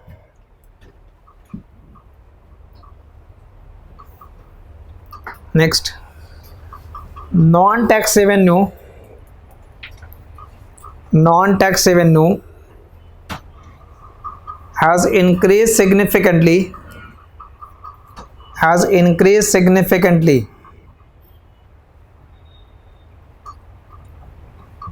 By 67.8%. By 67.8% as compared to 31.4%.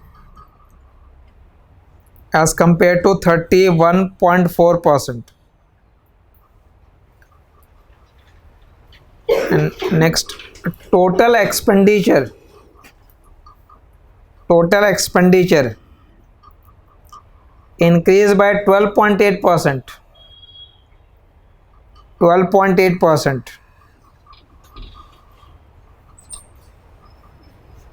Out of that, revenue expenditure increased by 13%. Revenue expenditure increased by 13%. And capital expenditure 13%. Revenue expenditure increased by 13% and capital expenditure increased by 11.7%. 11.7%. ठीक है, ऐसे statement वहाँ pre में इस form के रहते हैं कि in which expenditure there was more growth rate. Exact data नहीं पूछ रहे आपसे, ठीक है, जो लिखा है, बट वहाँ से जस्ट होगा कि revenue expenditure growth rate was more than the capital expenditure growth rate.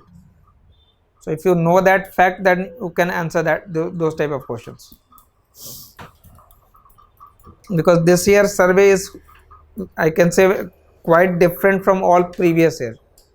There are many facts, many tables, many diagrams.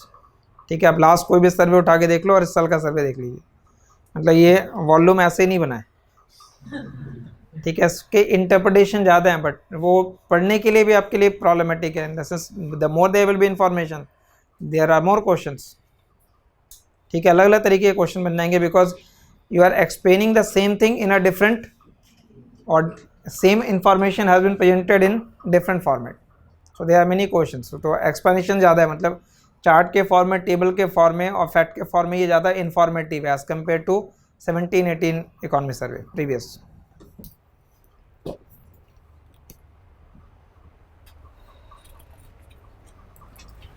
मतलब इकोनॉमिक कंडीशन ख़राब है बट प्रेजेंट अच्छे से किया, सो दैट आप थोड़े कलरफुल हो तो ज़्यादा अट्रैक्टिव लगेगा प्रेजेंटेशन।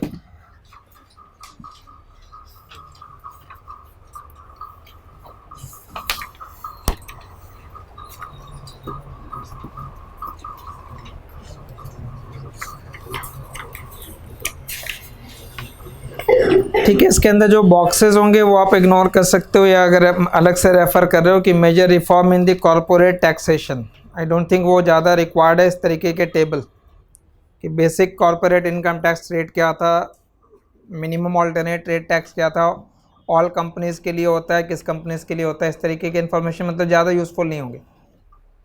रेफ़र करने को आप कर सकते हो, but you can ignore also variable and data.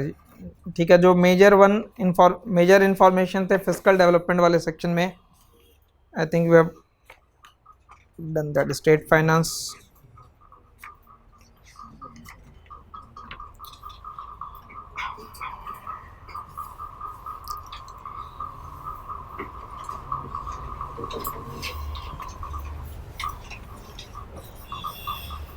Then at the end जो एनेक्शर गिवन है वो measures taken for indirect taxes during 1920 कि बेसिक कस्टम ड्यूटी में क्या क्या किया गया। ठीक है, तो ये जो वॉल्यूम है लिटरेचर है, आई थिंक इसका यूज़ ना तो प्री के लिए और ना ही मेंस के लिए, मतलब उसके डिटेल की ज़रूरत, ये मतलब आपके लिए वो ज़्यादा टेक्निकल हो जाएगा। ठीक है, कि what were the measures taken in the basic custom duty, then in terms of GST, single house fully automated return, GSTR1, GSTR2, GSTR3 में क्या क्या चेंजेस हो गए, वो एक्चुअल में इकोनॉमिक्स से बाहर अलग हटके आप कह सकते हैं अकाउंटिंग सेंस में ज़्यादा इंटरप्रिटेशन हो रहा है। ठीक है, और अकाउंटिंग प्रैक्टिसेस क्या चेंज हो रहे हैं, so can ignore that annexure. ठीक है, फिजिकल डेवलपमेंट का जो एनेक्शर है उसको आप इग्नोर कर लेना।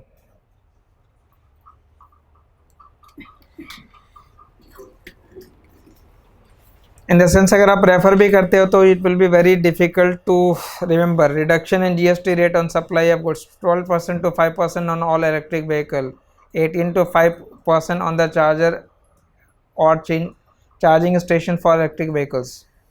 तो ये आई डोंट थिंक फिजिबल है कि आप अलग अलग याद रखो।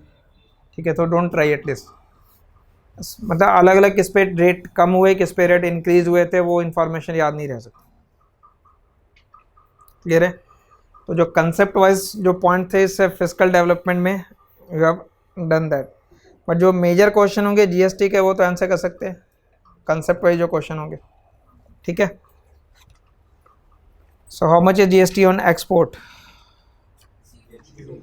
ठीक, डेस्टिनेशन प्रिंसिपल है, so they will be not taxation on exports are zero rated, exports will be the zero rated, it is based upon destination principle, it was based upon the destination principle.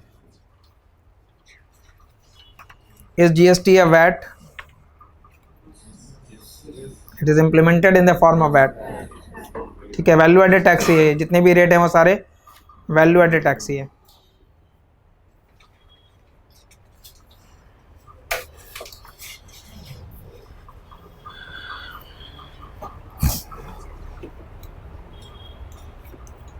ठीक है, physical development के बाद now we can move to the chapter number 4 first. 4 is monetary, external sector will be later on, major points we can cover. Chapter number 4 is monetary management. So previous one was fiscal policy and this one is now referring to the monetary policy, monetary management and financial intermediation. So it is chapter 4.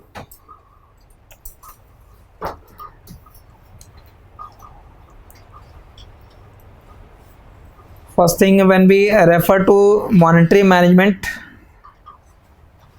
it mainly consists of monetary policy, and as you know monetary policy mainly deals with money supply and interest rate. Monetary policy mainly deals with money supply and interest rate, also exchange rate. Monetary policy mainly deals with monetary money supply and interest rate, including that rate of exchange also. And for regulation, there are various instruments of monetary policy. We can divide those instruments into two parts: quantitative and qualitative or selective. So quantitative control technique and selective control technique, or qualitative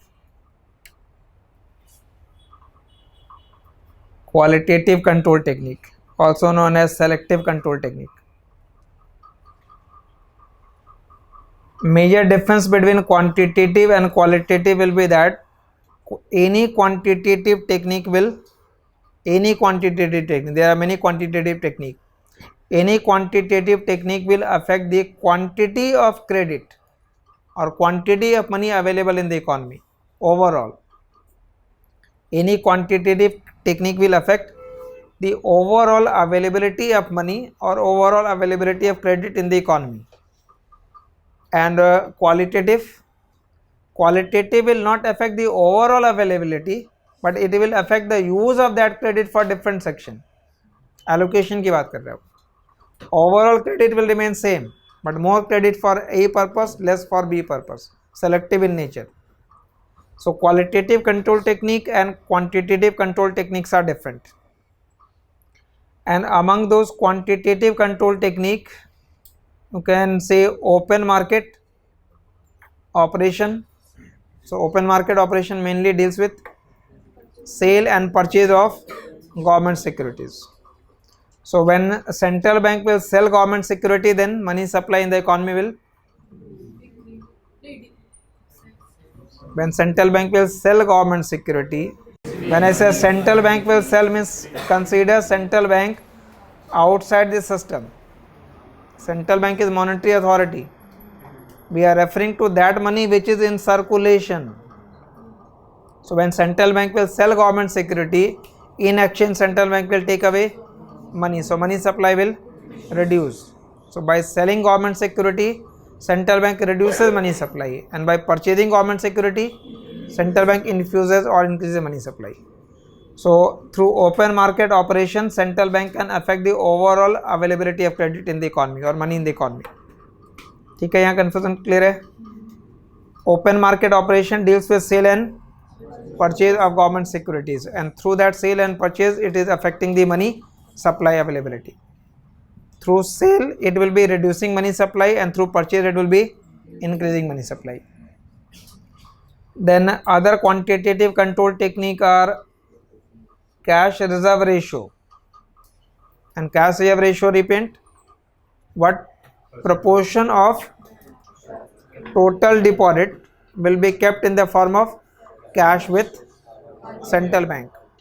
So what, suppose if a bank is getting a deposit of 100, so if bank get a deposit of 100 and the value of CRR I say 4%, then out of that 104 rupees will be kept with central bank in the form of cash. So that is cash reserve ratio.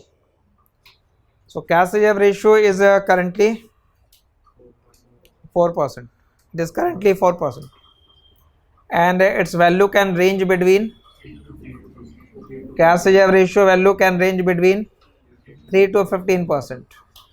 3 to 15%. So it can't be lower than 3. It cannot be lower than 3.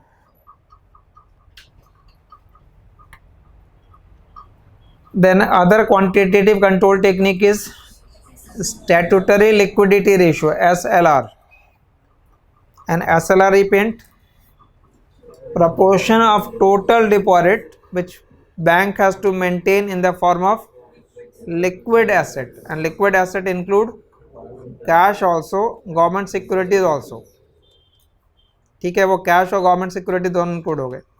तो statutory liquidity ratio basically indicate that proportion of total deposit which bank has to maintain in the form of liquid asset.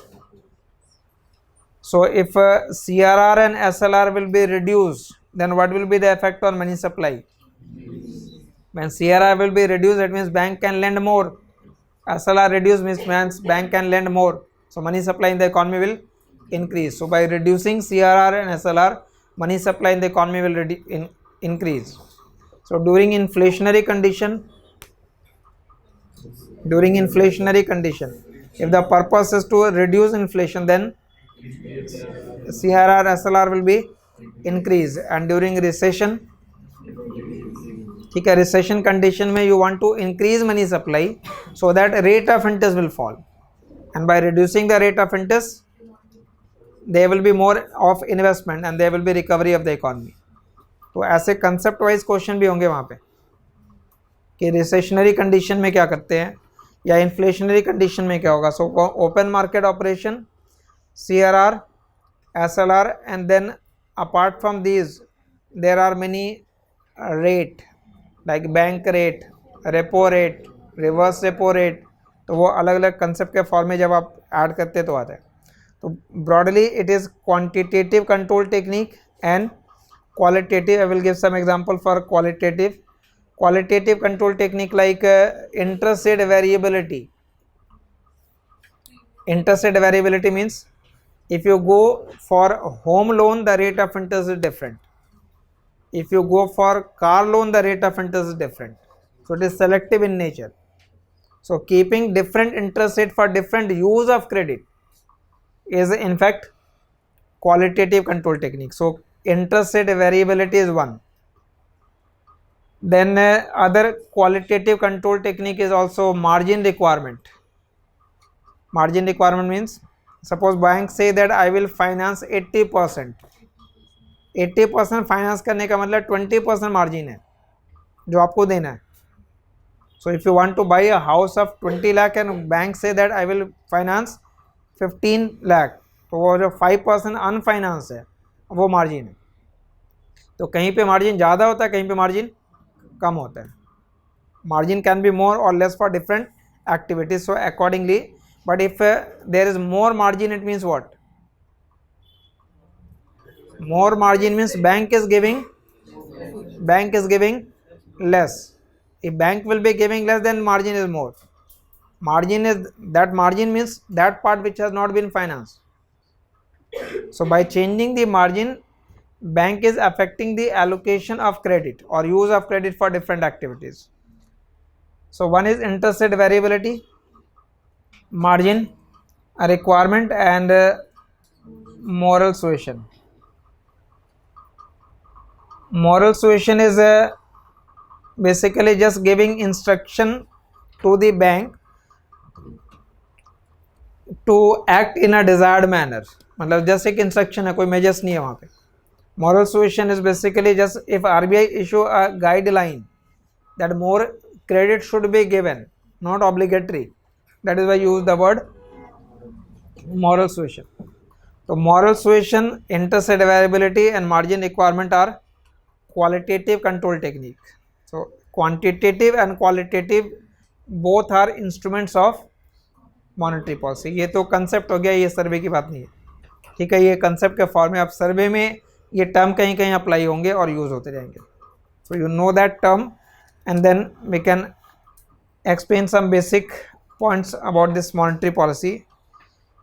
And one table you can write is first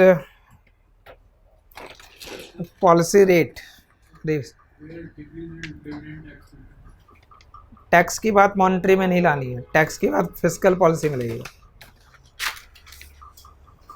ठीक है, broadly पहले clear करो. Fiscal means government expenditure and tax, any type of tax. So bring it in a fiscal or fiscal development chapter.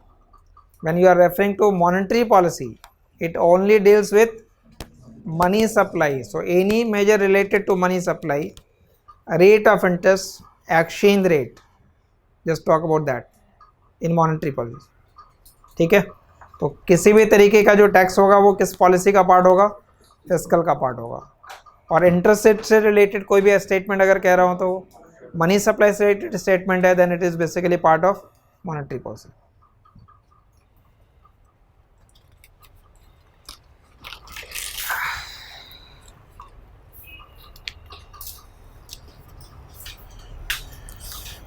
ठीक है, statement of सर्वे के according लिखना, कुछ major statement अभी लिख लीजिए पहले।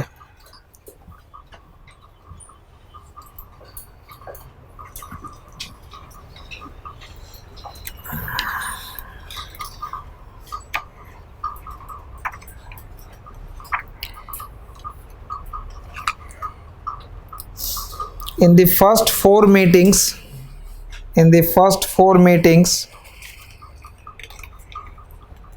the monetary policy committee, the monetary policy committee decided to cut the policy repo rate, decided to cut the policy repo rate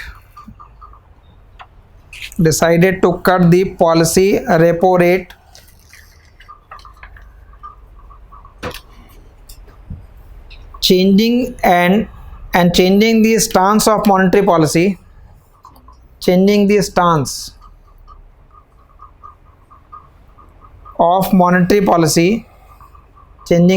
of monetary policy from neutral to accommodative,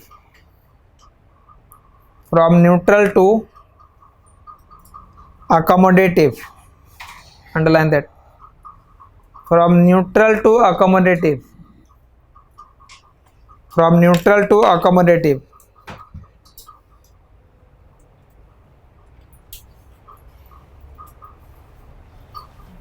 central bank का stance neutral to accommodative है, ये keyword है।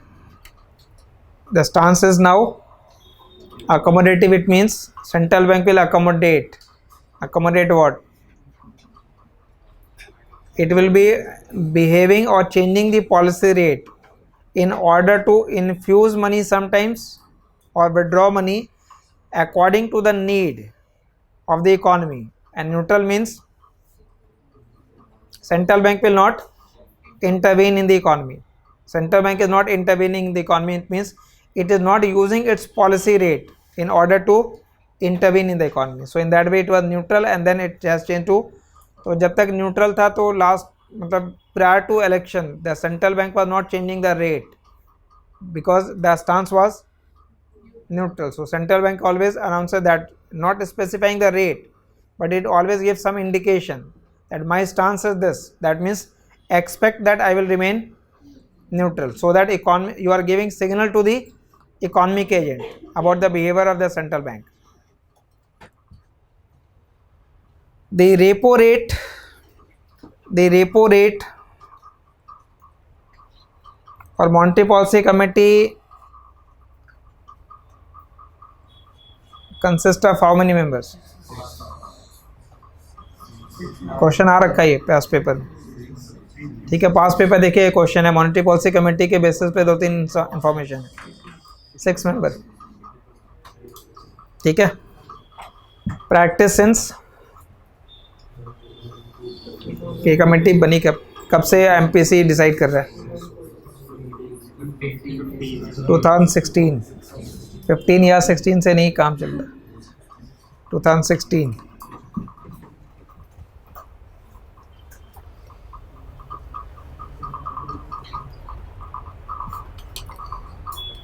And this committee decides on the basis of majority. The committee, monetary policy committee, decides on the basis of majority, or basically committee decides what will be the repo rate, what will be the reverse repo rate, and so on. These policy rates are decided by the MPC. ठीक है, वो continue कर लो पहले। The repo rate was reduced by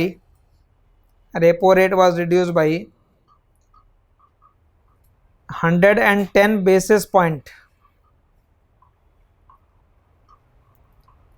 110 basis point, let's simply argue 1.1% from 6.25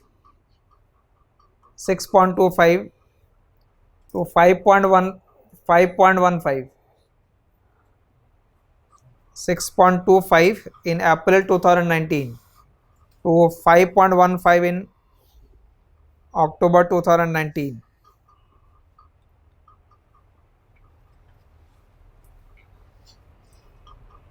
And why repo rate has been reduced? Obviously, one purpose was to infuse money so that there will be lower rate of interest and more investment. And the reason for reducing also this reducing the repo rate was also as economy was having low inflation. तो जब inflation high होता है तो हम repo rate को reduce नहीं करेंगे, but जब इन्फ्लेशन लो है then there is little impact on the inflation. So the reason for reducing repo rate below that. MPC decision was guided by MPC decision, Monetary Policy Committee. MPC decision was guided by low inflation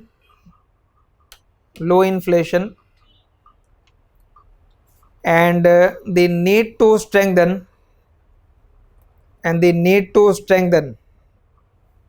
domestic growth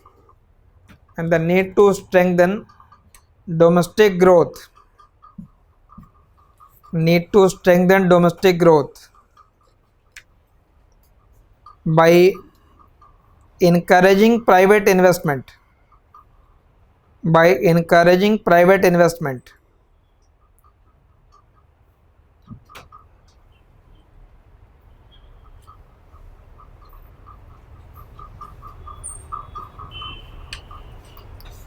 ठीक है, तो ये committee कितनी बार बैठती है? Monthly और quarterly? Monthly और quarterly? By monthly. It is bi-monthly. So there will be 6 meeting in a year. 6 member and there will be 6 meeting in a year, bi-monthly.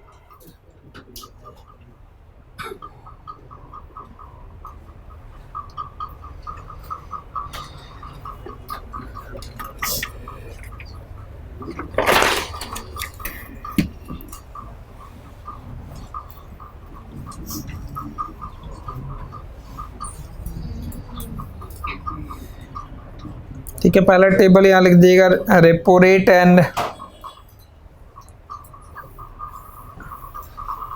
5.15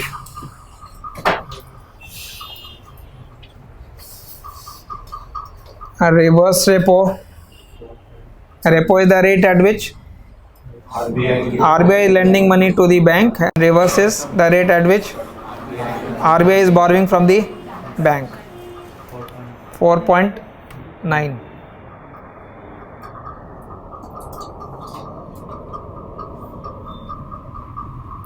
Bank rate 5.4.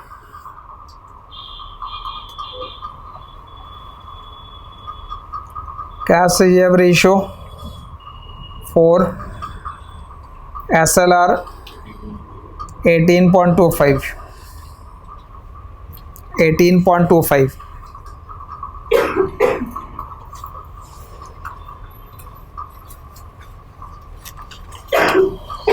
ठीक है, ये फर्स्ट टेबल था. Table number 1 इस monetary policy में. Data is from 1 January 2020, last वाले.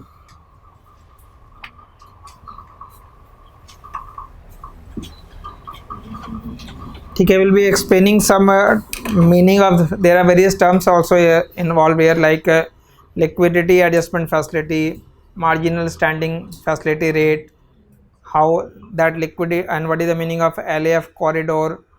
तो वो technical वो टर्म्स वगैरह इसका एक्सप्लेनेशन भी गिवन है यहाँ पे. ठीक है, मतलब service basically dealing with those terms as well, not defining those terms but some adding some more term.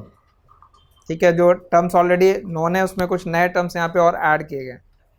तो यहाँ इस मॉनेटरी वाले पार्ट में अभी तक आपने यहाँ तक रखा है. इसकी कंटिन्यूटी में will be explaining certain terminology all related to the monetary sector.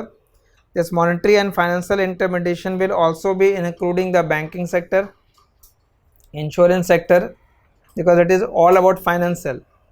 तो फाइनेंशियल में बैंकिंग का भी पार्ट आ जाएगा, इंश्योरेंस का पार्ट भी आ जाएगा. तो इंश्योरेंस, बैंकिंग और जितने भी मॉनेटरी इंस्ट्रूमेंट्स हैं उनका जो कंसेप्ट है So all will be included in this, like what is the value of or concept of money multiplier, वो आप ऑप्शनल के फॉर्म में आप पेपर 1 के अंदर पढ़ते हैं, वो डिराइव कर रखा है, what is high powered money, how what is money multiplier, but here we have to deal with the number, what is the value of money multiplier in India, how that money multiplier has changed. So the value of money multiplier, and obviously what will be the significance of that concept. So again, if you know this type of concept like value of money multiplier, तो option से जो paper 1 के अंदर जो पढ़ रखा है उससे हेल्प ये मिलता है कि you know this term actually, ठीक है. So that will give you one clue about the statement, and the other will be the pattern. Pattern in the sense it remained almost stagnant up to a certain year, ठीक है, वो year का interpretation है, and the currently it has been higher, money multiplier higher है, and then slight reduction. So why multiplier increase and why multiplier reduce, and multiplier will basically determine what. If you simply recall money multiplier, then money multiplier is actually ratio of what, change in money divided by change in the high powered money. High powered money was the reserve money, base money है वो, and what was base money? Money created by the central bank and government and held by public and bank. And when we talk about the ordinary money, that it includes currency in circulation plus demand deposit in bank. और जब high powered money कह रहे हैं तो currency in circulation plus reserves in bank, because high powered money is created by central bank and held by public and bank. So if central bank is creating, let us say 100, how much will be the overall money supply in the economy? That will depend upon the value of.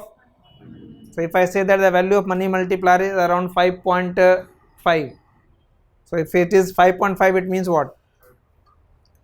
Every 1 unit increase in money by central bank will result into 5.5 times increase in the money supply in the economy. ठीक है, वो interpretation होगा, तो उस number को आपको basically याद रखना. सो यहाँ से ये कंटिन्यू रहेगा मॉनेटरी मैनेजमेंट वाले पार्ट में, the terminology and banking and insurance. तो मेजर सेक्शन ये होगा. After completing that you can say then we will be referring to the conventional topic of industry, agriculture, वो सब फिर एक क्लास के अंदर हो जाएगा, उसमें ज़्यादा टाइम नहीं लगता. पब्लिक फाइनेंस में और मॉनेटरी में टाइम लगेगा बिकॉज यहाँ पे टर्म्स हैं, और क्वेश्चन भी अगर आप पैटर्न देखोगे तो इनका वेटेज ज़्यादा होता है. And third section which will be important in external sector, export, import and. ठीक है, तो यहाँ से ये सेकंड हो गया. अब यहाँ से थर्ड क्लास यहाँ से कंटिन्यू रहेगा, थर्ड पार्ट. सर इसका डिफरेंस फिक्स होता है, मतलब रेपो रेट और बैंक रेट और रिवर्स रेपो और बैंक रेट, मतलब 0.25 का डिफरेंस है ना. इसका नहीं डिफरेंस फिक्स होता है. वो जो मार्जिनल स्टैंडिंग रेट होगा ना, पेनल रेट जिसको कहते हैं, वो रेट और जो रेपो रेट है उसमें 1% का गैप होता है, नॉट बिटवीन दीज टू. ठीक है, वो आ जाएगा अभी नेक्स्ट क्लास में कर देंगे.